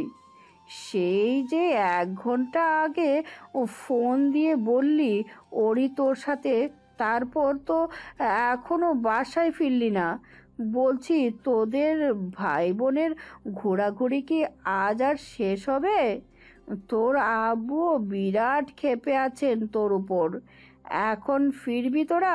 রাফিয়া বেগমের কথায় ওপাশে অনেক নীরব ভূমিকা পালন করে। অনেক তখন অরিনকে খুঁজে না পেয়ে তার মায়ের কাছে মিথ্যে বলেছিল যে অরিন তার সঙ্গেই আছে এবং তারা দুজন একটু বাহিরে ঘোরাঘুরি করে তারপর ফিরবে। এই সম্পূর্ণ কথাটা অবশ্যই রৌদ্রই তাকে শিখিয়ে দিয়েছিল। অনেক তো শুধু কপি পেস্ট করেছে আর কি। অনেক বেশ কিছুক্ষণ পর হালকা গলা খাকারি দিয়ে বলতে শুরু করে, আসলে আম্মু আর বেশিক্ষণ লাগবে না, এই তো জাস্ট 8 ঘন্টা। কি? হ্যাঁ, এখনো 8 ঘন্টা পর বলছিস? ঠিক আছে, যা ইচ্ছে কর তোরা, রাখছি আমি। বলেই রাফিয়া বেগম খট করে ফোনটা কেটে দেয়। অনেকে যেন হাঁপ ছেড়ে বাঁচে। চোখ দুটো পিটপিট করে খোলার ব্যাপক চেষ্টা চালাচ্ছে অরিন। মাথায় কেমন ভোতা একটা যন্ত্রণা হচ্ছে ওর। কিয়ৎকাল বাদে চোখ দুটো খুলে আশেপাশে তাকায় অরিন। বুঝতে চেষ্টা করে এই মুহূর্তে ওর অবস্থান। কয়েক মুহূর্ত বাদে ধীরে ধীরে তখনকার ঘটে যাওয়া সকল ঘটনা একে একে মনে পড়তে থাকে ওর। তৎক্ষণাৎ ভয়ে কেঁপে ওঠে অরিন। চোখে মুখে নেমে আসে এক বিষাদের আভাস। অরিন সঙ্গে সঙ্গে চোখ মুখ কুঁচকে বন্ধ করে ফেলে। হঠাৎ টের পায় তার মাথার উপর কারো আলতো হাতের ছোঁয়া। অরিন ধীরে ধীরে চোখ মেলে মাথার উপরে থাকা হাতের মালিকের দিকে তাকাতেই চোখে মুখে দেখা মিলে এক অদ্ভুত তুতির। অরিন কিছু বলতে যাবে তার আগে তার চোখে দৃশ্যপটে ভেসে ওঠে রৌদ্রের রক্তাক্ত মুখশ্রী। অরিনের সর্বাঙ্গে আবারও কাঁপুনের সৃষ্টি হয়। অরিন রৌদ্রের হাতটা মাথা থেকে ঝটকা দিয়ে সরিয়ে দেয়। কাঁপা কাঁপা কণ্ঠে বলল, ছোবেন না আমায় রোদ ভাই, আমায় ছোবেন না, আপনার হাতে রক্ত। অরিন ফুপিয়ে ওঠে আর রৌদ্র সে তার প্রেয়সীর দিকে একদৃষ্টিতে তাকিয়ে আছে। তার মুখভঙ্গি একদম স্বাভাবিক। কিছুক্ষণ আগেও যে মানুষটার চোখে মুখ অরিনের জন্য ব্যাকুলতা, অস্থিরতা, চিন্তায় বিভোর ছিল, এখন সেই মানুষটা একদম শান্ত নির্বিকার। রৌদ্র অরিনের বেডের পাশে টুলে বসে। হাত বাড়িয়ে অরিনের একটা হাত নিজের হাতের আঁচলায় নিয়ে সযত্নে চেপে ধরে। অরিনও যেন মুহূর্তে সবটা ভুলে শান্ত হয়ে গেল। টলমল চোখে তাকিয়ে রইল রৌদ্রের দিকে। রৌদ্র সেই টলমল আখিদ্বয়ের দিকে তাকিয়ে সামান্য ঢোক গিলে। অতঃপর অত্যন্ত কোমল গলায় বলতে লাগলো, অরি, এই পৃথিবীতে সবাই ভালো না বাচ্চা। সবাই যেমন ভালো না, তেমনি কেউ কেউ ভালো ব্যবহারের যোগ্য না। ঠিক তেমনি আজকে তোকে যারা কষ্ট দিতে চেয়েছিল তারা কি ভালো ছিল বল? অরিন আস্তে করে মাথা নাড়িয়ে না বলল। রৌদ্র সেদিকে তাকিয়ে আবারও বলতে শুরু করে, এক্স্যাক্টলি। ওরা যেমন ভালো ছিল না তেমনি ভালো ব্যবহারের যোগ্য ছিল না, তাই তো আমি ওদের মারলাম। আচ্ছা তুই বলতো আমার জায়গায় তুই হলে কি করতিস? মারতি না ওদের? অরিন তৎক্ষণাৎ মাথা ঝাঁকায়। রৌদ্র তার দিকে তাকিয়ে মুচকি হাসে। অতঃপর ঠান্ডা স্বরে বলল, বুঝলাম। যদি এমনটাই হয়ে থাকে যে আমাদের অরিও ওদের মারতো, তাহলে তো অরি খুব স্ট্রং, তাই না? তাহলে স্ট্রং মেয়েরা এত তাড়াতাড়ি দুর্বল হলো কিভাবে বলতো? নিজেকে যতটা স্ট্রং রাখবি ততটা নিজের জন্যই ভালো। আর একটা কথা বলবো, শুনবি? অরিন তাকায় রৌদ্রের দিকে। রৌদ্র শান্ত স্বরে বলে, বাসায় আজকের হওয়া কোনো ঘটনা একদম বলবি না, ওকে? অরিন ভ্রু কুচকায় চটপট করে বলল। কেন বলবো না কেন? রৌদ্র গম্ভীর কণ্ঠে বলল। আজকের ঘটনা বাসায় বড়দের কান অবধি গেলে সবার আগে সবাই তোর বাইরে যাওয়া বন্ধ করবে, দ্বিতীয়ত তারা খামোখা টেনশন করবে। এখন তুই বল, তুই কি এসবের একটাও চাস? অরিন তৎক্ষণাৎ মাথা নাড়িয়ে না বুঝায়। রৌদ্র মনে মনে বাঁকা হাসে। বোকা অরিন কি আর বুঝবে তার রোদ ভাই কেন তাকে এগুলো বাসায় জানাতে বারণ করেছে। রৌদ্র অরিনকে কেবিনে রেখে বাহিরে চলে আসে। অনিককে দেখে তার দিকে এগিয়ে এসে গম্ভীর গলায় শুধায়। অরিন ইজ ওকে নাও, ওর শুধু এখন রেস্টের প্রয়োজন। তুই ওকে বাসায় নিয়ে যা, আর যেমনটা আমি বলেছি ঠিক তেমনটাই বাসায় বলবি, কেমন? অনেক মাথা নাড়ে, কিন্তু আবারও প্রশ্ন করে ওঠে। আমি বনুকে নিয়ে যাব, তার মানে তুমি আমাদের সাথে আসছো না? রৌদ্র প্রত্যুত্তরে নীরব থাকে। অনেক আবারও জিজ্ঞাসা করে। বলো না, এত রাতে এখন আবার কোথায় যাবে? রৌদ্র এবার চোয়াল শক্ত রেখে শার্টের হাতে গুটাতে গুটাতে জবাব দেয়। একজনের পাওনা বাকি আছে, তাকে তার পাওনা বুঝিয়ে তারপর ফিরবো। অনেক চোখ বড় বড় করে তাকায় রৌদ্রের দিকে। কিছু বলবে তার আগে কানে আসে রৌদ্রের আলটিমেটাম। নো মোর ওয়ার্ডস তোর ভাইকে, আচ্ছা, নো মোর ওয়ার্ডস তোর ভাইয়ের প্রাণকে সাবধানে বাসায় নিয়ে যাবি, ওর যাতে চুল পরিমাণে অসুবিধা না হয়। সম্বন্ধী মশাই। অনেক হতবিহ্বল হয়ে দাঁড়িয়ে আছে এখনো। রৌদ্রের মুখের দিকে তাকিয়ে মনে মনে ভাবছে, এটা সত্যি আমার রোদ ভাই তো? কি হয়েছে তোর? হাতে ওয়ান স্ট্রিপ লাগানো কেন? কোথায় ব্যথা পেয়েছিস আবার? বিচলিত কণ্ঠে কথাগুলো বলে অরিনকে কাছে টেনে নেন রাফিয়া বেগম আর মাইমুনা বেগম। রাইসা বেগম পানির গ্লাস এগিয়ে দেয় অরিনকে। জুবাইদা বেগম অরিনের এই অবস্থা দেখে রান্নাঘরে ছুটেছেন শরবত বানিয়ে আনতে। রুহি, আহি, মাহি সকলে চিন্তিত ভঙ্গিতে দাঁড়িয়ে আছে ড্রয়িং রুমে। এই মুহূর্তে ছোটখাটো একটা ভূমিকম্প বয়ে যাচ্ছে অনিকের উপর দিয়ে। অনিক অরিনকে নিয়ে বাসায় ফিরতে সকলে একসাথে ঘিরে ধরে তাদের। অরিনের হাতে ব্যান্ডেজ লাগানো দেখে শুরু হয় সকলের হাজারো প্রশ্নের ঝুড়ি। কিভাবে ব্যথা পেল, কোথায় ছিল এতক্ষণ, কেন, কোনো বিপদ হয়েছিল কিনা ইত্যাদি আরো নানান প্রশ্ন শুনতে শুনতে এক প্রকার হাঁপিয়ে উঠেছে অনেক। তবুও মুখ ফুটে কিচ্ছুটি বলতে পারছে না। আবার মা সবার সামনে গালে দু এক ঘা বসিয়ে দেয়। এই বয়সে বড়দের হাতে মার খেয়ে ইজ্জতে দফা রফা করার কোনো ইচ্ছে নেই তার। তাই তো মাথা নিচু করে দাঁড়িয়ে রয়। সাব্বির সাহেব তো ইতিমধ্যে অনেকের উদ্দেশ্যে দু একটা হুঙ্কার দিয়ে বলেছেন, তুমি সাথে থাকা সত্ত্বেও আমার মেয়েটা এত ব্যথা পেল কিভাবে? অনেক জবাবে বরাবরের এই মৌনতা বজায় রেখেছে। মনে মনে বারংবার সাজাচ্ছে রোদ ভাইয়ের শিখিয়ে দেওয়া কথাগুলো। সাব্বির সাহেব দু একটা ধমকাধমকি দিয়ে চুপ করে গেলেন। এত কিছুর মধ্যে কবির সাহেব এখনো গম্ভীর মুখে দাঁড়িয়ে আছেন অনেকের সম্মুখে। ভ্রুকুঞ্চন করে তাকিয়ে আছে তার দিকে, হয়তো মনে মনে কোনো উত্তর খুঁজছেন। কবির সাহেব এবার মুখ খুললেন, গলায় কাঠিন্যতা বজায় রেখে বললেন, আমিও তাই ভাবছি। তিনি চলে গেলেন নিজের রুমে। অনেক তার বড় আব্বুর কথায় শুষ্ক ঢোক গিলে পরে মাথা নিচু রেখে হাঁটা ধরে বড় আব্বুর রুমের দিকে। রুমের দরজার সামনে এসে আর ভিতরে ঢুকবার সাহস পায় না অনেক। কেন যেন সে তার বড় আব্বুকে একটু বেশি ভয় পায়। হয়তো এই ভয় তার প্রতি অগাধ সম্মানের ফলস্বরূপ। অনেককে নিজের ভাবনায় মশগুল থাকতে দেখে কবির সাহেব হালকা গলায় খাকারি দিলেন, গম্ভীর সুরে শুধালেন, ভেতরে এসো। অনেক হকচকায় পরে মাথা ঝাঁকিয়ে ভেতরে প্রবেশ করে। মাথা নিচু করে এসে দাঁড়ায় রকিং চেয়ারের সামনে, যেখানে আপাতত কবির সাহেব গম্ভীর মুখে বসে তার দিকে তাকিয়ে আছেন। অনেকের বুকটা দুরু দুরু করে কেঁপে ওঠে। কপালে এসে ভিড় জমায় কয়েক ফোঁটা ঘামের বিন্দুকণা। কবির সাহেব নিজের পকেট থেকে রুমাল বের করে অনেকের সামনে এগিয়ে দিয়ে বলে, কপালের ঘামগুলো মুছে নাও। অনেক কিং কর্তব্য বিমূঢ় হয়ে দাঁড়িয়ে রয় কিয়ৎকাল। পরক্ষণে নিজেকে স্বাভাবিক করে কাপা হাতে নিয়ে নেয় রুমালটি। অনেক রুমালটি দিয়ে কপালের ঘাম মুছবার সময় আবারও তার কানে আসে কবির সাহেবের গম্ভীর কণ্ঠ, মেয়ে এসি চলা সত্ত্বেও এত ঘামছো যে, তোমার শরীর ঠিক আছে তো? অনেক মুহূর্তে ঘাবড়ে যায়। কপালের উপর রুমাল দিয়ে চেপে রাখা হাতটা থমকে যায়। অনেক বহু কষ্টে আমতা আমতা করে বলে, না মানে তেমন কিছু না বড় আব্বু, এমনিতেই গরম লাগছিল একটু। কবির সাহেব নীরের দৃষ্টিতে এখনো অনেকের দিকে তাকিয়ে শ্লেষাত্মক হাসি দিয়ে বললেন, মনে রেখো আমি তোমার বড় আব্বু। এই হাত দুটো দিয়ে তোমাদের লালন পালন করেছি।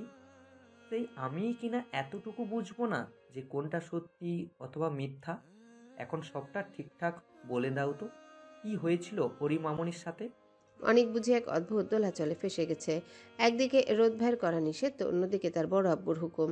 কি করবে এখনো অনেক কিছু একটা ভেবে উত্তর দেয়, বড় আব্বু, আমি আর অরিন আইসক্রিম খেতে গিয়েছিলাম। সেখানে হঠাৎ দুজন ছেলে বাইক অ্যাক্সিডেন্ট করে। আর তুমি তো জানোই বোন, রক্ত সহ্য করতে পারে না, তাই স্পটেই জ্ঞান হারায়। তখন আমি রোদ ভাইকে সবটা জানি, তিনি এসে অরিনের ট্রিটমেন্ট চালায়। তাই তো ফিরতে কিছুটা লেট হয়। আমি বাসায় কাউকে বলিনি, কারণ তোমরা সবাই চিন্তা করবে তাই। কবির সাহেব অনিকের কথায় এখনো আগের ন্যায় মুখভঙ্গি রেখে তার দিকে তাকিয়ে আছে। কবির সাহেবের মুখভঙ্গি দেখে বুঝবার জো নেই যে তিনি আদৌ অনিকের কথা বিশ্বাস করলেন কিনা। অনিক মাথা নিচু রেখেই বলল, বড় আব্বু আর কিছু জিজ্ঞেস করেনি? কবির সাহেব তৎক্ষণাৎ উঠে দাঁড়ালেন, কোমরে পিঠে দুহাত বেঁধে গম্ভীর গলায় শুধালেন, আশা করি তুমি আমার সাথে সত্যিটাই বলেছো, কেননা আমি মিথ্যা কিংবা মিথ্যাবাদী দুটোকেই ঘৃণা করি। বলেই তিনি অন্য পাশে ফিরলেন। আবারও একই ভঙ্গিমায় বললেন, এবার তুমি আসতে পারো। অনিক যেন হাঁপ ছেড়ে বাঁচে, সঙ্গে সঙ্গে প্রস্থান ঘটায় সেখান থেকে। মনে মনে বলেই বসে, এই দুই বাবা ছেলের মাঝে আমার মতো এক অবলা নিরীহ মানুষকে কোন দুঃখে যে ফেলতে গেলে। অনিক আবারও ফিরে আসে ড্রয়িং রুমে। অরিনকে আশেপাশে কোথাও না দেখে মাকে জিজ্ঞাসা করে, মা, বনু কই? রাফিয়া বেগম তীক্ষ্ণ দৃষ্টি নিয়ে তাকালেন ছেলের দিকে। চটে যাওয়া মেজাজে বললেন, সে খবর নিয়ে কি লাভ তোমার? একটা বারও বলেছ মেয়েটা যে সেন্সলেস হয়ে গিয়েছিল, এইটাই সবটা সামাল দিতে চলে গেলে। ইদানিং খুব বড় হয়ে গিয়েছো, তাই না? মায়ের কথায় মুখটা চুপসে যায়। অনেকের মনে মনে ভাবে, মা, আমি জানি তুমি সহ সকলেই কষ্ট পেয়েছো, কিন্তু এও জানি পুরো ঘটনা যদি তোমাদের জানাই তাহলে তোমরা আরো কষ্ট পাবে। এর চেয়ে বরং আমি না হয় সবার দু একটা কথা হজম করলাম। অনেকের নীরবতা দেখে রাফিয়া বেগম আবারও তেজ নিয়ে, হ্যাঁ হ্যাঁ, এখন তো মায়ের কথা ইগনোর করে চুপ থাকবেই। বাহ, বেশ। এই জন্যই বুঝি ছেলে মেয়েদের এত বড় করেছি, প্রত্যেকে নিজেদের মতো করে চলে। মেয়েও যেন ছেলেটাও বললেন। অনেক এবার মৃদু হাসে, বাচ্চাদের মতো ধীর গতিতে এগিয়ে আসে সোফায় বসে থাকা মায়ের দিকে। পাশে জুবাইদা বেগম ইশারায় কিছু একটা শিখিয়ে দিলেন যেন। অনেকেও ইশারায় সম্মতি জানায়। অতঃপর কোনো কাল বিলম্ব না করে মায়ের কোলে মাথা রেখে মায়ের কোমর জড়িয়ে ধরে আহ্লাদি হয়ে বলতে থাকে, ও মা, মা আই এম সরি না, এবারের মতো মাফ করে দাও, কথা দিচ্ছি নেক্সট টাইম আর এমনটা করব না। মায়েদের মন তো মোমের মতো নরম, সেখানে সন্তান যদি এমন আহ্লাদিপনা করে তাহলে কি আর শক্ত থাকা যায়? রাফিয়া বেগম নিমিষেই গলে গেলেন, তবুও মেকি রাগ দেখিয়ে বললেন, মন হয়েছে হয়েছে, এবার ইমোশনাল ব্ল্যাকমেল বন্ধ করো। তোমরা দুই ভাই বোন তো আবার এসবে সেরা সরো এখন। অনেক মায়ের কোলে মাথা রেখে চুপটি করে পড়ে থাকে, ঠোঁট কামড়ে নিঃশব্দে হাসে, আহ্লাদি স্বরে টেনে টেনে বলে, ও মা গো, এবারের মতো মাফ করে দাও গো, কথা দিচ্ছি এক লাল টুকটুকে বৌমা এনে দেবো তোমায়। রাফিয়া বেগম বিষম খেলেন। পাশ থেকে জুবাইদা বেগম এই কথা শুনে হো হো করে হেসে ওঠেন। মাইমুনা বেগম আর রাইসা বেগম মিটমিট করে হেসেই যাচ্ছেন। রাফিয়া বেগম ছেলের কান মলে দিলেন। অনেক হালকা ব্যথায় কুকিয়ে ওঠে। রাফিয়া বেগম বললেন, অসভ্য ছেলে দিন দিন নির্লজ্জ হচ্ছে দেখছি। মুখে কিছু আটকায় না তোমায়, তাই না? অনেক জোর করে কান ছাড়িয়ে নেয়। মায়ের হাতের নাগাল হতে হালকা সরে এসে আবারও ভাব নিয়ে বল, বারে, কাল যেটা করতেই হবে সেটা আজ বললে সমস্যা কোথায়? আর তাছাড়া তোমারও তো ইচ্ছে করে যে ছেলের বউ দেখায়, নাতি নাতনিদের সঙ্গে খেলা করে। কি ভুল বললাম নাকি? রাফিয়া বেগম হতবুদ্ধির ন্যায় দাঁড়িয়ে রইলেন। কি বলল তার ছেলে এগুলো? ছেলেটা তার এতটা নির্লজ্জ হলো কবে থেকে? কই, এই পরিবার তো এমন ঠোঁটকাটা স্বভাবের কেউ নেই। তাহলে এই ছেলে এমন স্বভাব কোত্থেকে পেল? পাশ থেকে জুবাইদা বেগম সহ বাকিদের হাসতে হাসতে গড়াগড়ি খাওয়ার মতো অবস্থা। মাইমুনা বেগম বহু কষ্টে হাসি থামিয়ে জিজ্ঞাসা করলেন, অনেক বাবা, তোর কি কাউকে পছন্দ থাকলে বল, আমরা আজই বাড়িতে এ নিয়ে তোড়জোড় চলাবো। শত হলেও মেজুবুর দাদি হওয়ার এত শখ, আগে জানলে তো বছরখানেক আগে এই শুভ কাজ সম্পূর্ণ করে দিতাম রে। বলেই আবারও অট্টহাসিতে মেতে পড়েন তিনি। পাশ থেকে জুবাইদা বেগম সহমত জানিয়ে বলতে লাগলেন, তা যা বলেছিস সেজো, ছেলে আমার এত বড় হলো, আগে যদি জানতাম তাহলে রুহির আগে ওর বিয়েটাই ফাইনাল করতাম। অনেক বুঝিয়েও এবার কিছুটা লজ্জা পেল। মায়ের সঙ্গে কিছুটা দুষ্টুমি করতে গিয়ে এভাবে ফাঁসবে জানা থাকলে হয়তো কবু এই ভুল করতো না। অনেক লজ্জারাঙা মুখ নিয়ে বলল, থাক না এসব কথা। অনেকের কথা শেষ হবার আগে রাইসা বেগম তার কাছে এলেন। অনেকের থুতনিতে ধরে বললেন, কি ব্যাপার অনেক, নিজেই বিয়ের কথা তুলে নিজেই এমন লজ্জা পাচ্ছ? বাবা, কি সুন্দর নতুন বরের মতো লাগছে দেখতে তোমাকে একদম। অনেক এবার অপ্রস্তুত হয়, মাথার চুলগুলো হালকা চুলকিয়ে বলে, কি যে বলো না ছোট মা, আমি কোথায় লজ্জা পাচ্ছি? রাইসা বেগমের এই কথা শুনে হেসে কুটি খাওয়ার মতো অবস্থা। তিনি রাফিয়া বেগমকে কিছু বলতে যাবে অমনি রাফিয়া বেগম দাঁত কিরমিরিয়ে বলেন, নির্লজ্জ ছেলে একটা। অনেক ক্যাবলাকান্ত হাসি দিয়ে মুহূর্তে কেটে পড়ে সেখান থেকে। এদিকে তার চলে যাওয়ার আরেক দফা হাসির রোল পড়ে গেল বাড়ির বউদের মাঝে। উহু উহু হালকা ব্যথাতুর গোঙানির শব্দ ছাড়া বদ্ধ রুমটাতে আর কোনো আওয়াজ নেই। মনে হচ্ছে নিঃশ্বাস নিলেও যেন তা স্পষ্ট কর্ণগোচর হবে। চোখের ব্যথায় চোখ মেলে তাকানো যেন দায়ী মুহূর্তে। শিহাব বহু কষ্টে চোখ দুটো খোলার চেষ্টা করে, কিন্তু বরাবরই তার চেষ্টা ব্যর্থ হয়। একটা হাত ভেঙে গুড়িয়ে দেওয়া, অন্য হাতটিও যেন রাজ্যের ভার বহন করে আছে এমন লাগছে কেন? কি হয়েছে ওর হাত দুটোতে? শিহাব আবারও চেষ্টা চালায় চোখ দুটি মেলে তাকাতে। প্রায় মিনিট খানিক চেষ্টা চালাবার পর শিহাব উপলব্ধি করে তার এক চোখে অসম্ভব ব্যথা হচ্ছে এবং সেই চোখ দিয়ে আপাতত অন্ধকার বই কিছুই দেখছে না। শিহাবের বুকটা সঙ্গে সঙ্গে ধক করে ওঠে। সে তৎক্ষণাৎ হাত উঁচিয়ে চোখ ধরতে চায়, কিন্তু একই ও হাতটা টের পাচ্ছে না কেন। শিহাব আবারও চেষ্টা করে, কিন্তু না, ও সত্যিই বাম হাতটা টের পাচ্ছে না, অবশ লাগছে একদম। শিহাব এক চোখ দিয়ে অবশ্য হাতটার দিকে তাকায়। মুহূর্তে এক বিকট চিৎকার দিয়ে পুরো ঘর কাঁপিয়ে তুলেও চিৎকার দিতে দিতে পাগলের মতো বলতে থাকে, আমার হাত কেটে দিয়েছে, আমার হাত। শিহাবের আত্মচিৎকার এক বিকট ধ্বনিতে প্রতিধ্বনিত হচ্ছে পুরো ঘরময়। সে গলা কাটা প্রাণীর ন্যায় ছটফট করছে একাধারে। সে পাগলের মতো বিলাপ করে যাচ্ছে। তখনই তার কানে আসে কারো শীষ বাজানোর আওয়াজ। টুট টুট টুট টুট টুট টুট টু। শিহাবের কান্নাগুলো মুহূর্তে দলা পাকিয়ে যায়। ভয়ে ভয়ে এক চোখ দিয়ে আওয়াজের উৎসের দিকে তাকায়। সঙ্গে সঙ্গে শরীরে কাঁটা দিয়ে ওঠে ওর। সামনেই একটা চেয়ারে দুই হাঁটুর উপর ভর দিয়ে বসে আছে রৌদ্র। তার দুহাতে দুটি ধারালো ছুরি, যা ইতিমধ্যে একে অপরের সাথে কর্কশ শব্দ তুলে ঘর্ষণ খাচ্ছে। রৌদ্রের সারা শরীরে রক্তে রঞ্জিত। শুভ্র মুখশ্রী রক্তে লেপটে গিয়ে পৈশাচিক আকার ধারণ করেছে। ঠোঁটে বাজছে কান লাগিয়ে দেওয়ার মতো শিশের সুর।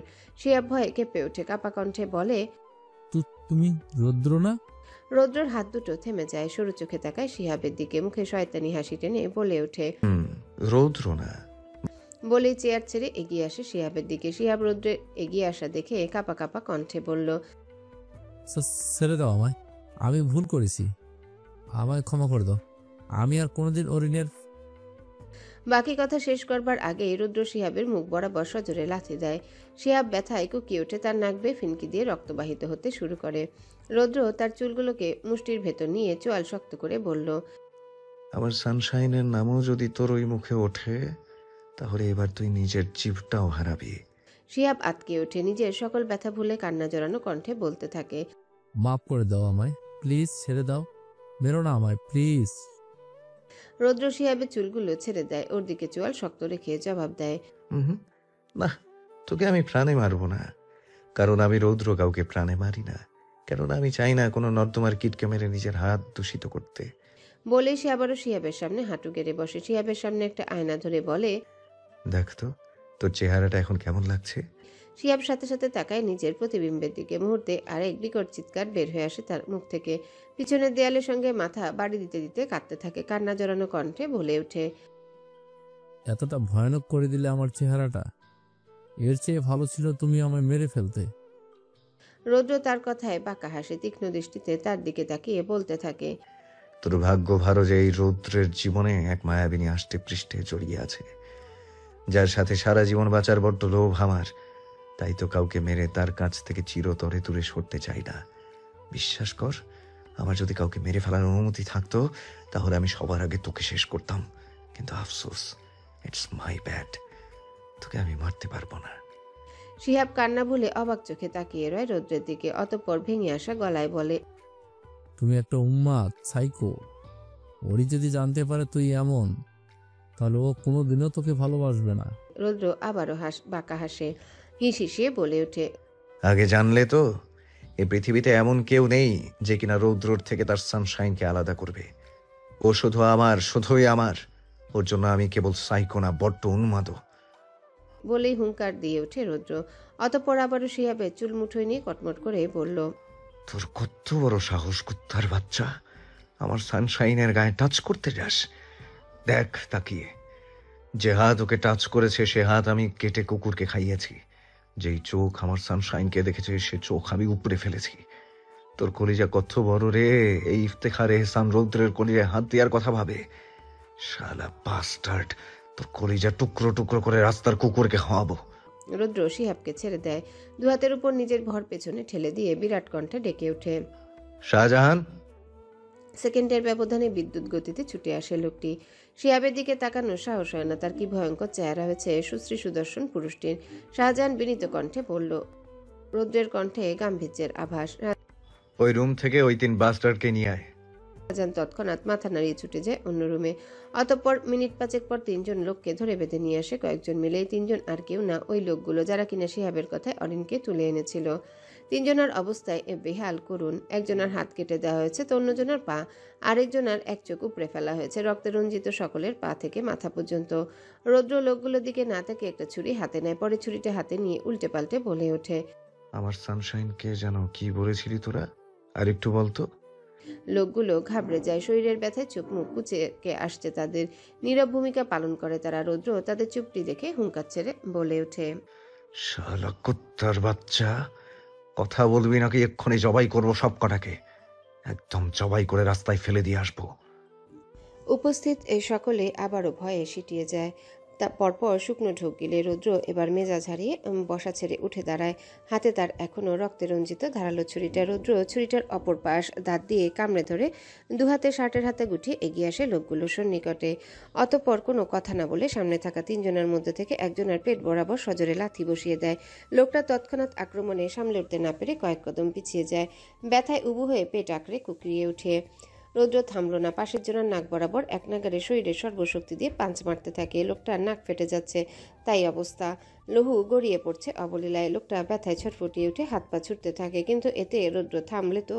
রৌদ্র বুঝে এই মুহূর্তে লোকগুলোর উপর নিজের সকল আক্রোশ মেটাতে ব্যস্ত। বেশ কিছুক্ষণ বাদে মার খেতে থাকা লোকটি যখন জ্ঞান হারালো, তখন রৌদ্র তাকে ছেড়ে দিয়ে নিজের মুষ্টিবদ্ধ হাতটা ঝাড়া দেয়। ঝাড়া দেওয়ার সঙ্গে সঙ্গে হাত বেয়ে ঝরতে থাকে রক্ত, লোকটার গায়ের রক্ত। রৌদ্র কয়েক পলক তাকিয়ে রইল নিজের হাতে লেগে থাকা তাজা লাল ক্ষারীয় তরলটার দিকে। বন্ধ কামরাটিতে এক ছটাক আলো নেই কোথাও। রৌদ্র তার অনুসারীকে দৃঢ় গলায় বলল। শাহজাহান, লাইট দে। শাহজাহান বুঝি বিদ্যুৎ বেগে ছুটে চলল আদেশটি পালন করতে। মুহূর্তের মাঝে বিদঘুটে অন্ধকার কামরাটিতে ছড়িয়ে পড়ে আলোর রশ্মি। রৌদ্র এবার দৃষ্টি ঘুরায় সকলের দিকে, একে একে পরখ করতে থাকে নিজ হাতে শাস্তি দেওয়া লোকগুলিকে। সবাইকে কি শাস্তি দেওয়া শেষ? না তো, এখনো তো একজন বাকি। রৌদ্র এবার তীক্ষ্ণ দৃষ্টিতে অদূরে দাঁড়িয়ে কাঁপতে থাকা লোকটার দিকে তাকায়। লোকটার চোখে মুখে ভয়ের তীব্র আভাস, এক চোখ উপড়ে ফেলা তার। ইস্কি ভয়ানক দেখতে লাগছে তাকে। এই মুহূর্তে যে কেউ লোকটিকে একবার দেখলে জ্ঞান হারাবে নিশ্চিত। রৌদ্র তার দিকে তাকিয়ে অদ্ভুত হাসে। হাতের ছুরিটা প্রফেশনাল কায়দায় হাত দিয়ে ঘোরাচ্ছে অনবরত। রৌদ্র কয়েক কদম সামনে এগুতে পা থামিয়ে নেয়। লোকটা রৌদ্রের এগিয়ে আসা দেখে ভয়ে নিজেকে আর সামলাতে পারল না। অতঃপর অতিরিক্ত ভয়ে প্যান্ট ভিজিয়ে একাকার অবস্থা তার। রৌদ্র তার দিকে তাকিয়ে নাক সিটকে বলে ওঠে। শালা, এখন তোর এই পরিষ্কার করবো কে? রৌদ্র আবারও তার দিকে এগিয়ে যায়। লোকটা এক কদম কাছাকাছি চলে এসে বাঁকা হাসে। লোকটার চুলগুলোকে পেছন থেকে সজোরে টেনে ধরে হিসিয়ে বলে। জমের মতো ভয় পাস, অথচ এই জমের কলিজা নিয়ে ঠিকই তো টানাটানি করছিলি, তখন একবারও ভয় লাগেনি? লোকটা কি উত্তর দিবে? তার যে মুহূর্তে কাঁপা কাঁপা অবস্থা। বহু কষ্টে থেমে থেমে বলল। ভাই বিশ্বাস করেন, খোদার কসম ভাই, আমরা জানতাম না আমরা কারে তুলতাছি। আমগো শুধু কইছিল তুলতে, আমরা সেই মোতাবেক তুলছি। ভাই আল্লাহর দোহাই লাগে, এইবারের মতো ছাইরা দেন। কথা দিতেছি জীবনে আর কোনোদিন কোনো মাইয়ার দিকে ফিরাও তাকাবো না, দরকার হয় জীবনে বিয়েই করবো না। লোকটার এত কাকুতি মিনতিতেও কিছু যায় আসছে না রৌদ্রের। তার মুখাভাব দেখে তো তা মনে হচ্ছে না। এই যে এখনো কেমন চোয়াল শক্ত করে রক্তবর্ণ চক্ষুদ্বয় নিয়ে তাকিয়ে আছে তার দিকে। রৌদ্র লোকটার চুলগুলো হাতের মুঠোয় রেখে অন্য হাতে ধীরে ধীরে ছুরিটা লোকটার গলার উপর রাখে। লোকটা ভয়ে নিঃশ্বাস ফেলতে ভুলে যায়। কোনো রকমে দুহাত জড়িয়ে ধরে রৌদ্রর হাতটা পরে হাউমাউ করে কাঁদতে কাঁদতে বলে। ভাই মাইরেন না ভাই। লোকটার হাত দুটো রৌদ্রের ডান হাতের উপর থাকা কালো রিস্টব্যান্ডটার উপর। সেটা দেখে রৌদ্র সঙ্গে সঙ্গে চেঁচিয়ে ওঠে বিকট শব্দে। কুত্তার বাচ্চা, হাত সরা এটার উপর থেকে। এটা যদি একটু নষ্ট হয়, আই সোয়ার আমি তোকে এক্ষুনি মেরে ফেলবো। হাত সরা বাস্টার্ড। সঙ্গে সঙ্গে হাত দুটো সরিয়ে নেয়। রৌদ্র সেদিকে চেয়ে শান্ত হয় কিছুটা। অতঃপর লোকটিকে ছেড়ে দিয়ে শটান হয়ে দাঁড়ায়, উচ্চকণ্ঠে হাঁক ছেড়ে ওঠে। শাহজাহান, ইঞ্জেকশনটা নিয়ে আয় তো। শাহজাহান সাথে সাথে ব্যাগ থেকে একটা ইঞ্জেকশন বের করে রৌদ্রের বাড়িয়ে রাখা হাতে দেয়। রৌদ্র সেটা নিয়ে এগিয়ে যায় সকলের দিকে। একে একে মাটিতে লুটিয়ে থাকা শিহাব থেকে শুরু করে বাকি সকলের ঘাড়ে পুশ করে দেয় ইঞ্জেকশনটি। শেষমেশ জেগে থাকা লোকটার সন্নিকটে আসে, ফ্লোরে এক হাঁটু গেড়ে বসে পড়ে, অতঃপর একইভাবে লোকটার ঘাড়ে পুশ করে ইঞ্জেকশনটি। লোকটা রোদের কাজে কোনোরূপ বাধা দেয় না, বাধা দিয়ে থোড়াই না মার খেতে চাইবে। রোদের ইঞ্জেকশন পুশ করবার মিনিট খানেক পর লোকটার শরীর মৃদু ঝাঁকিয়ে ওঠে। লোকটা এক বিশেষ অঙ্গ বুঝি অবশ্যই আসছে, সে সঙ্গে সঙ্গে চেপে ধরে সেখানটায়। রৌদ্র এখনো লোকটার সামনে হাঁটু গেড়ে বসে থাকা অবস্থায় লোকটার ছটফটানোতে বাঁকা হাসল রৌদ্র। লোকটা এক অস্ফুট ব্যথায় রৌদ্রের দিকে জিজ্ঞাসু দৃষ্টিতে তাকায়। রৌদ্র সেদিকে তাকে ধীরে ধীরে মুখ নিয়ে আসে লোকটার কান বরাবর ফিসফিসিয়ে বলে, যেটা ভাবছি সেটাই, আর কোনোদিনও দাঁড়াবে না। লোকটা রৌদ্রের কথা শোনা মাত্রই ঘর কাঁপিয়ে চিৎকার করে ছটফট করতে থাকে। রৌদ্র সেদিকে ভ্রুক্ষেপহীন তাকিয়ে উঠে দাঁড়ায়, বিরক্ত এক বিকট ধমকে বলে, এই শালা থাম। লোকটা কি আর এত কিছু বুঝছে? তার তো সব শেষ। এই কষ্ট এখন কি করে ভুলবে সে? রৌদ্রের এবার মেজাজ বিগড়ে যায়, কষিয়ে এক থাপ্পড় বসায় লোকটার গালে। তৎক্ষণাৎ চিৎকার থামিয়ে ফুপাতে থাকে লোকটি। রৌদ্র সেদিকে চেয়ে কটমট করে বলল, যেই পুরুষত্বের দোহাইয়ে আমার সানশাইনের দিকে কোন নজর দিয়েছিলি, সেই পুরুষত্ব আমি দ্বিতীয়বার অক্ষত রাখবো তুই ভাবলি কি করে?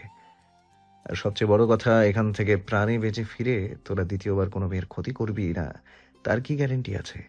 তাই এমনটা করা। না থাকবে বাঁশ, না বাজবে বাঁশি।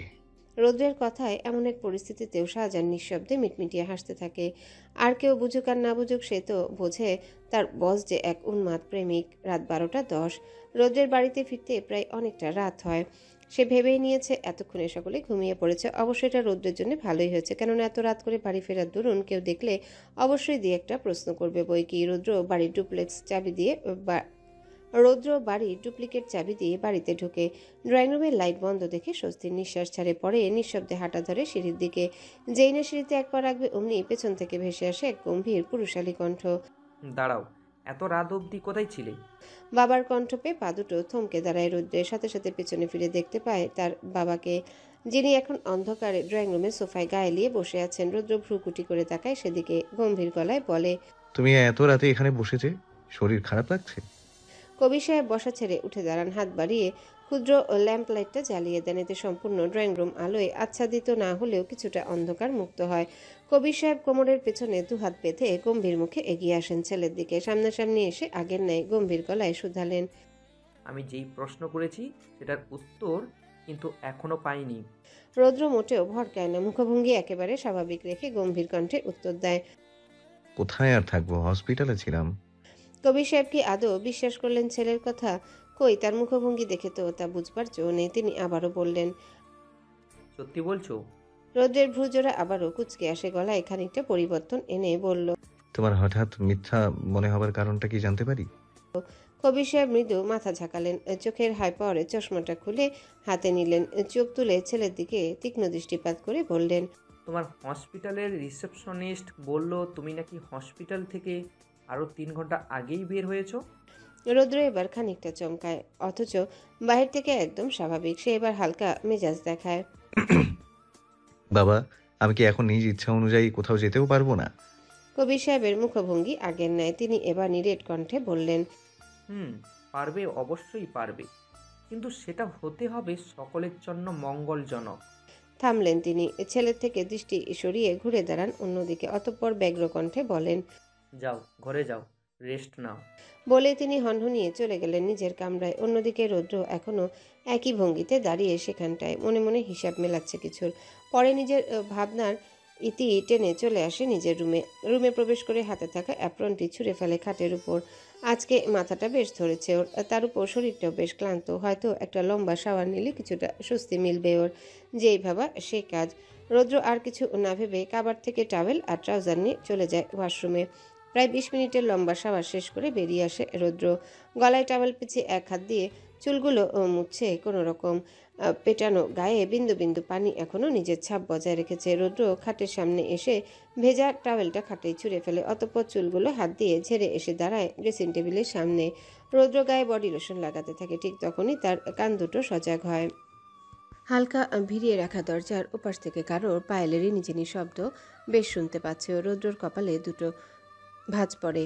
দেয়াল ঘড়িতে তাকিয়ে দেখে রাতের অবস্থান 12টা 30। রৌদ্র হাত থেকে বডি লোশনটা নামিয়ে নিঃশব্দ পায়ে এগিয়ে যায় দরজার দিকে। আবারও কান সজাগ করে দাঁড়ায়ও। তখনই ভেসে আসে পায়েলের রিনিঝিনি শব্দ। রৌদ্র কিছু না বলে ফট করে দরজার পাশ দিয়ে ওপাশে দাঁড়িয়ে থাকা ব্যক্তিটির হাত চেপে ধরে অতঃপর কোনরূপ কাল বিলম্ব না করে টেনে নিয়ে আসে ঘরের ভেতর। ব্যক্তিটিকে নিজের সামনে এনে চক্ষুদয় ছোট ছোট করে প্রশ্ন করে বলল, তুই এত রাতে আমার ঘরের সামনে কি করছিস? ব্যক্তিটি আর কেউ না, অরিন। হঠাৎ তাকে এভাবে টেনে ধরায় ভড়কে যায় মেয়েটি, যার রেশ এখনও তার চোখে মুখে লেপ্টে আছে যেন। অরিন এক হাত বুকে চেপে ধরে হাঁপাচ্ছে, আর রৌদ্র সেদিকে ঘোর লাগা নেত্রে তাকিয়ে দেখছে। বেশ কিছুক্ষণ পর অরিন কিছুটা স্বাভাবিক হয়, মেঝের দিকে তাকিয়ে থেকে বলল, মানে রোদ ভাই? রৌদ্র নিশ্চুপ, যেন এই মুহূর্তে অরিনের কোনো কথাই তার কানে যাচ্ছে না। সে এক দৃষ্টিতে তাকিয়ে আছে অরিনের স্নিগ্ধ ফোলা ফোলা মুখশ্রীটির দিকে। অরিন থেমে থেমে আবারও বলল, আসলে আপনি তো রাতে খাননি, আর বাড়ি থেকেও খেয়ে আসেন না, তাই ভাবলাম আমি খাবারটা নিয়ে আসি আপনার জন্য। রৌদ্রের এবার হুঁশ ফিরে অরিনের কথায়। মনে মনে ভীষণ রকমের চমকায়ও। যে অরিন ওর সামনে ঠিকমতো দাঁড়াতেই লজ্জা পায়, সেই কিনা এত রাতে নিজে থেকে ওর জন্য খাবার নিয়ে এসেছে। রৌদ্র নিজের ঠোঁট কামড়ে ধরে নিজের মনে মনে বুঝতে চেষ্টা করছে অরিনের আসল উদ্দেশ্য। মেয়েটার হাবভাব যথেষ্ট অবাক হচ্ছে রৌদ্র। এর পিছনে নিশ্চয়ই কোনো কারণ আছে বই কি। রৌদ্র এবার নীরবতা ভেঙে নিজে থেকেই বলে ওঠে, খাবার নিয়ে যা অরিন, আমি নিজ হাতে খেতে পারবো না। অরিন কিছুটা বিচলিত হয়, বিচলিত গলায় জিজ্ঞাসা করে, কেন রোদ ভাই, কি হয়েছে আপনার? রৌদ্র তার ডান হাতটা অরিনের সামনে এগিয়ে ধরে। অরিন সেদিকে তাকিয়ে আটকে ওঠে। রৌদ্রের ডান হাতটা মাঝ বরাবর কেটে গিয়েছে, রক্ত প্রায় শুকিয়ে গেছে। অরিন তার হাতে থাকা খাবারের প্লেটটা টি টেবিলের উপর রেখে রৌদ্রের হাতটা টেনে ধরে নিজের হাত দুটোর মাঝে। রৌদ্র আবারও অবাক হয়, কিন্তু হাতটা মোটেও সরিয়ে নেয় না সেখান থেকে। সে বেশ বুঝতে পারছে অরিন চিন্তায় পড়ে তার হাতটা ধরেছে। না হলে অন্য সময় এমনটা হলে লজ্জায় মেয়ে চোখ তুলে তাকাতে পারতো না। অরিন রৌদ্রের হাতটা ধরে বিচলিত হয়ে বলতে থাকে, কিভাবে কাটলেন এতটা? রৌদ্র অরিনের এমন কথায় মুচকি হাসলো, শান্ত গলায় জবাব দিল, ঠিক জানি না কিভাবে কাটলো, শুধু বাসায় এসে দেখলাম কেটে গেছে। অরিন রৌদ্রের দিকে না তাকিয়ে বলল, এতটা কেটে গেল আর আপনি বলছেন আপনি টেরই পাননি? এতটা বেখেয়ালি কেন আপনি রোদ ভাই? দেখি আসুন তো ঔষধ লাগিয়ে দিই। বলেই অরিন রৌদ্রের হাতটা ছেড়ে দিয়ে কাবাডির দিকে এগিয়ে যায়। অতঃপর ফিরে আসে ফার্স্ট এড বক্স নিয়ে। রৌদ্র খুশি মনে অরিনের কাজকর্ম উপভোগ করছে সবটা। পরে রৌদ্রের হাত ধরে খাটে বসিয়ে দিয়ে অরিন নিজেও বসে পড়ে তার সামনাসামনি। রৌদ্রের ব্যথাপ্রাপ্ত হাতটি নিজের হাতের উপর নিয়ে কোমল গলায় বলল, আপনি আমায় বলে দিন কিভাবে কি করতে হবে, আমি ঠিক সেভাবেই ওষুধ লাগিয়ে দেব, কেমন? রৌদ্র বুঝি অরিনকে কাছ থেকে দেখবার চান্স মিস করে। সে তো মুগ্ধ নয়নে তার সানশাইনের দিকে তাকিয়ে আছে। অরিন রৌদ্রের কোনো জবাব না পেয়ে তার দিকে তাকায়। রৌদ্রকে এইভাবে নিজের দিকে মুগ্ধ দৃষ্টিতে তাকিয়ে থাকতে দেখে মুহূর্তে মুখের আদলে রাজ্যের লজ্জা এসে ভিড় জমায় তার। হালকা ফাঁকা ঢোক গিলে মুখের উপর এসে ওড়াউড়ি করা ছোট ছোট অবাধ্য চুলগুলো আঙ্গুলের সাহায্যে কানের পিঠে গুজে দেয়ও। এদিকে অরিনের করা প্রতিটা স্টেপ রৌদ্রের মনে এক উথাল পাতাল ঢেউ বয়ে দিচ্ছে। রৌদ্র পরপর শুকনো ঢোক গিলে হঠাৎ নিজেকে এত তৃষ্ণার্ত মনে হচ্ছে কেন তার। গলায় বুঝি খরা দেখা দিল, বুকের ভেতর থাকা হৃদয়টাও কেমন ছন্দহীন গতিতে লাফিয়ে যাচ্ছে। আচ্ছা, কি চাইছে এই অঙ্গটা? এই মুহূর্তে কি শরীর থেকে ছিন্ন হয়ে বেরিয়ে আসতে চাইছে নাকি? রৌদ্র নিজের অজান্তে হাত রাখে তার বুকের বাঁ পাশে। অরিন সেদিকে তাকিয়ে চিন্তিত গলায় প্রশ্ন করে, রোদ ভাই, কি হলো আপনার? শরীর খারাপ লাগছে? রৌদ্রের এতক্ষণে হুঁশ ফিরে, বুঝতে পারে নিজের মনের মধ্যে হওয়া উচ্চাটন অবস্থা। রৌদ্র স্বাভাবিক গলায় বলল, না ঠিক আছে আমি। আচ্ছা, আমি বলে দিচ্ছি কিভাবে ব্যান্ডেজ করতে হবে, তুই সেভাবেই কর। অরিন চমৎকার হেসে মাথা নাড়ি সায় জানায়। হাসির তালে গাল দুটোতে বিদ্যমান হয় বরাবরের ন্যায় দুটো গর্ত। রৌদ্রের সেদিকে তাকিয়ে থেকে মনে মনে ইচ্ছে করলো ঠাটিয়ে দুটো চুমু খেতে, কিন্তু এ যে এখন অসম্ভব। তাই তো রৌদ্র অন্যদিকে চোখ ফিরিয়ে তাকাতে চাইল, কিন্তু বেহা চোখ দুটো সে কথা মানলে তো তারা যে বরাবরই অরিনের উপর ন্যস্ত হতে ব্যস্ত। এই মুহূর্তে রৌদ্রের ইচ্ছে করছে অরিনকে দুটো কটু কথা শুনিয়ে দিতে। কি দরকার ছিল ওর এখানে আসার? আর আসলোই যখন সাথে সাথে চলে গেল না কেন? রৌদ্রের তো সাহসী কুলায় না ওকে চলে যেতে বলতে। উফ, কি এক মহা ঝামেলা। রৌদ্র এবার ফোঁস করে নিঃশ্বাস ফেলে অরিনকে দিক নির্দেশনা দিতে থাকে। অরিন ব্যান্ডেজ শেষ করে রাজ্য জয় করার নিয়ে বিজয়ী হাসলো। রৌদ্রের হাতটা উল্টে পাল্টে দেখিয়ে বলল, রোদ ভাই দেখুন, আমি ঠিকঠাক মতো ব্যান্ডেজ লাগাতে পেরেছি। রৌদ্র তার হৃদয় হরণীর আপ্লুত কণ্ঠে নিজেও মুচকি হাসলো, ধীমি স্বরে উত্তর করল। অরিন এবার কিছুটা মন খারাপ করে বলল, তাহলে এবার আপনি খাবেন কি করে? আপনার হাতে তো ব্যান্ডেজ লাগানো। রৌদ্রের মনে এক অদ্ভুত প্রস্তাব এসে হানা দেয়, কিন্তু সে যে এও জানে সেটা অরিনের সামনে উপস্থাপন করার সময় হয়নি এখনো। তাই রৌদ্র এবার হামি দিয়ে বলে ওঠে, নিয়ে যাও অরি, আমি এখন খাবো না। অরিন কিছুক্ষণ চুপ থেকে কিছু একটা ভাবলো, পরক্ষণে কিছু মনে পড়বার নেই বলে উঠল, রোদ ভাই একটা কথা বলি। রৌদ্র জবাব না দিয়ে তার দিকে দৃষ্টি তাক করে, যার অর্থ বল। অরিন এই পর্যায়ে কিছুটা ইতস্তত করে, মনের মাঝে দানা বেঁধে উঠে হাজারো অস্বস্তি। আমতা আমতা করে বলল অবশেষে, ইয়ে, আপনি কিছু মনে না করলে আমি খাইয়ে দিই। রৌদ্র এবার যার পণ্যায় অবাক হয়, যা তার মুখমণ্ডল দেখে স্পষ্ট অনুমান করা সম্ভব। রৌদ্রকে এভাবে অবাক হতে দেখে অরিন ভ্যাবাচাকা খেয়ে যায়, অপ্রস্তুত কণ্ঠে বলল, দিব কি? রৌদ্রকে আর পাইকে কিছুক্ষণ আগেও মনের ভেতরে উঠে আসা অদ্ভুত প্রস্তাবখানা, যেখানে সে নিজ হাতে দূরে ঠেলে দিচ্ছিল, সেখানে এখন অরিন নিজে থেকেই তা করতে চাচ্ছে। এ তো রৌদ্রের কাছে মেঘ না চাইতেই বৃষ্টি। রৌদ্র নিজের মুখায়ভাবে মেকি গাম্ভীর্যের ছাপ এনে বলল, তুই শিওর? অরিন এ পর্যায়ে মাথা নিচু করে নেয়, আলতো কণ্ঠে জবাব দেয়। অরিনের জবাব পেয়ে রৌদ্র মৃদু হাসলো, বুক তার বয়ে গেল এক অন্যরকম ভালো লাগা স্রোত। সে নিজে উঠে গিয়ে টেবিল থেকে খাবারের প্লেটটা নিয়ে এসে ধরিয়ে দেয় অরিনের হাতে। তাড়াহুড়ো দেখিয়ে বলে, শুরু কর, খুব খিদে পেয়েছে। অরিন হাঁ করে তাকায় রৌদ্রের দিকে, পরক্ষণে নিজেকে স্বাভাবিক করে নিয়ে লোকমা তুলে ধরে রৌদ্রের দিকে। রৌদ্র এক দৃষ্টিতে তাকিয়ে অরিনের হাতের দিকে। অরিন রৌদ্রের সাড়া না পেয়ে বলে উঠে, কি হলো, হাঁ করুন। রৌদ্র বুঝি সম্বিত ফিরে পায়, কি হচ্ছে ওর। একটু পরপর এভাবে নিজেকে ঘোরের মধ্যে ফেলছে কেন। রৌদ্র ছোট্ট করে নিঃশ্বাস ফেলে, পরে মুখ বাড়িয়ে হাঁ করে মুখে তুলে নেয় অরিনের এগিয়ে দেওয়া লোকমাটি। রৌদ্র তৎক্ষণাৎ আবেশে চোখ বন্ধ করে নেয়, উপভোগ করে তার মুখে স্পর্শ করা তার হৃদয় হরণীর কোমল আঙ্গুলের স্পর্শ। এই অনুভূতি শুধু যে রৌদ্রের হচ্ছে এমনটা নয়, কিন্তু অরিনের মনেও যে এক অদ্ভুত ঝড় বইছে রৌদ্রের প্রতিটা স্পর্শে। বারংবার কেঁপে উঠছে ছোট্ট দেহখানা, যতবার তার আঙ্গুল স্পর্শ করছে তার রোদ ভাইয়ের অধৈর্যগল। এ এক অদ্ভুত বেসামাল পরিস্থিতি। অরিনের ইচ্ছে করছে ছুটে রৌদ্রের চোখের সামনে থেকে আড়াল হতে, অথচ শরীর যেন এখানেই কোথাও আটকে গেছে ওর। নিজের দেহে নিজের উপর এ কেমন বিশ্বাসঘাতকতা। অরিন নিজের উপর বিরক্ত, তবু আর কি করার, মানুষটাকে কি আর না খাইয়ে রাখবে নাকি? তাই তো মনের মধ্যে অদেখায় যন্ত্রণা সইয়েও সে বারবার খাবার তুলে দিচ্ছে রৌদ্রের মুখে। প্রায় মিনিট 10 পর অরিন পুরো প্লেটের খাবার শেষ করে রৌদ্রের দিকে তাকিয়ে কোমল গলায় বলে, আর একটু খাবার দিব রোদ ভাই? রৌদ্র তৎক্ষণাৎ মাথা নাড়িয়ে না বোঝায় তৃপ্তির ঢেকুর তুলে বলে ওঠে, না, আর প্রয়োজন নেই। অথচ মনে মনে বলে, তুই এত ভালো করে খাওয়ালে আমি আরো 10 প্লেট খেতে পারবো সানশাইন। অরিন রৌদ্রের কথায় মৃদু হাসলো। প্লেট নিয়ে উঠে পড়তে নিলে রৌদ্র তার ডান হাত পেছন থেকে আঁকড়ে ধরে। অরিনের পা দুটো থমকে দাঁড়ায়, তৎক্ষণাৎ পেছনে ফিরে তাকায় অরিন। রৌদ্র অরিনের দিকে তাকে এক অদ্ভুত আবেদন করে বসে, তুই কিছু মনে না করলে আমার মাথাটা একটু টিপে দিবি? আসলে আজকে বেশি খাটুনি গিয়েছে তো, তাই মাথাটা ধরেছে। রৌদ্রের করা এমন আকুল আবেদন উপেক্ষা করার সামর্থ্য কি আদৌ আছে অরিনের? সে মৃদু হেসে মাথা কাত করে। রৌদ্র তার হাতটা ছেড়ে দেয়। অরিন ওয়াশরুম থেকে হাত ধুয়ে এসে রৌদ্রের কাছাকাছি দাঁড়ায়। রৌদ্র তাকে দেখে বিছানায় শটান হয়ে শুয়ে পড়ে। অরিন সেদিকে তাকিয়ে মুচকি হাসে, মনে মনে ভাবে হয়তো সে তার উত্তর পেয়ে গেছে। অরিন রৌদ্রের মাথার কাছে বসে নিজের মোমের ন্যায় কোমল হাতগুলো দিয়ে আস্তে আস্তে করে ছুঁয়ে দেয় রৌদ্রের কপাল। তৎক্ষণাৎ সারা শরীরে কাঁটা দিয়ে ওঠে রৌদ্রের। এই স্পর্শ, এই অনুভূতি, তার পাশে থাকা মানুষটা, সবটাই যেন তার মনে এক নিষিদ্ধ ইচ্ছার জাগরণ তুলছে। রৌদ্র নিজেকে স্বাভাবিক রাখার আপ্রাণ চেষ্টা চালায়, কিন্তু যতবার অরিনের স্পর্শ পাচ্ছে ততবারই সে নিজের উপর নিয়ন্ত্রণ হারাচ্ছে। না, আর বেশিক্ষণ এভাবে চলতে থাকলে সে ঠিক নিজের নিয়ন্ত্রণ হারাবে। রৌদ্র হঠাৎই তার চোখ দুটো খুলে দেয়। অরিনের দিকে না তাকিয়ে গম্ভীর কণ্ঠে বলল, হরি, এখান থেকে চলে যায়। অরিন ভরকায়, তার হাতগুলো থেমে যায় সেখানে। সে ভরকে যাওয়া কণ্ঠে বলে ওঠে, কি হয়েছে রোদ ভাই? রৌদ্র এবার আগের চেয়ে দ্বিগুণ গম্ভীর কণ্ঠে বলল, যেতে বলেছি, প্রশ্ন করতে নয়।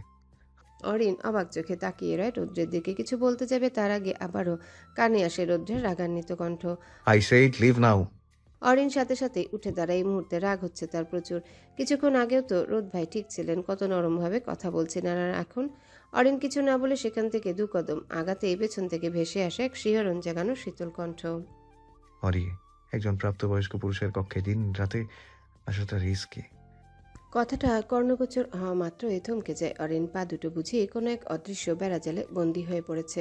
বুকের মাঝে বয়ে যাচ্ছে এক অসহ্য কাঁপন। অরিন কাঁপা কাঁপা কণ্ঠে জিজ্ঞাসা করে, মানে?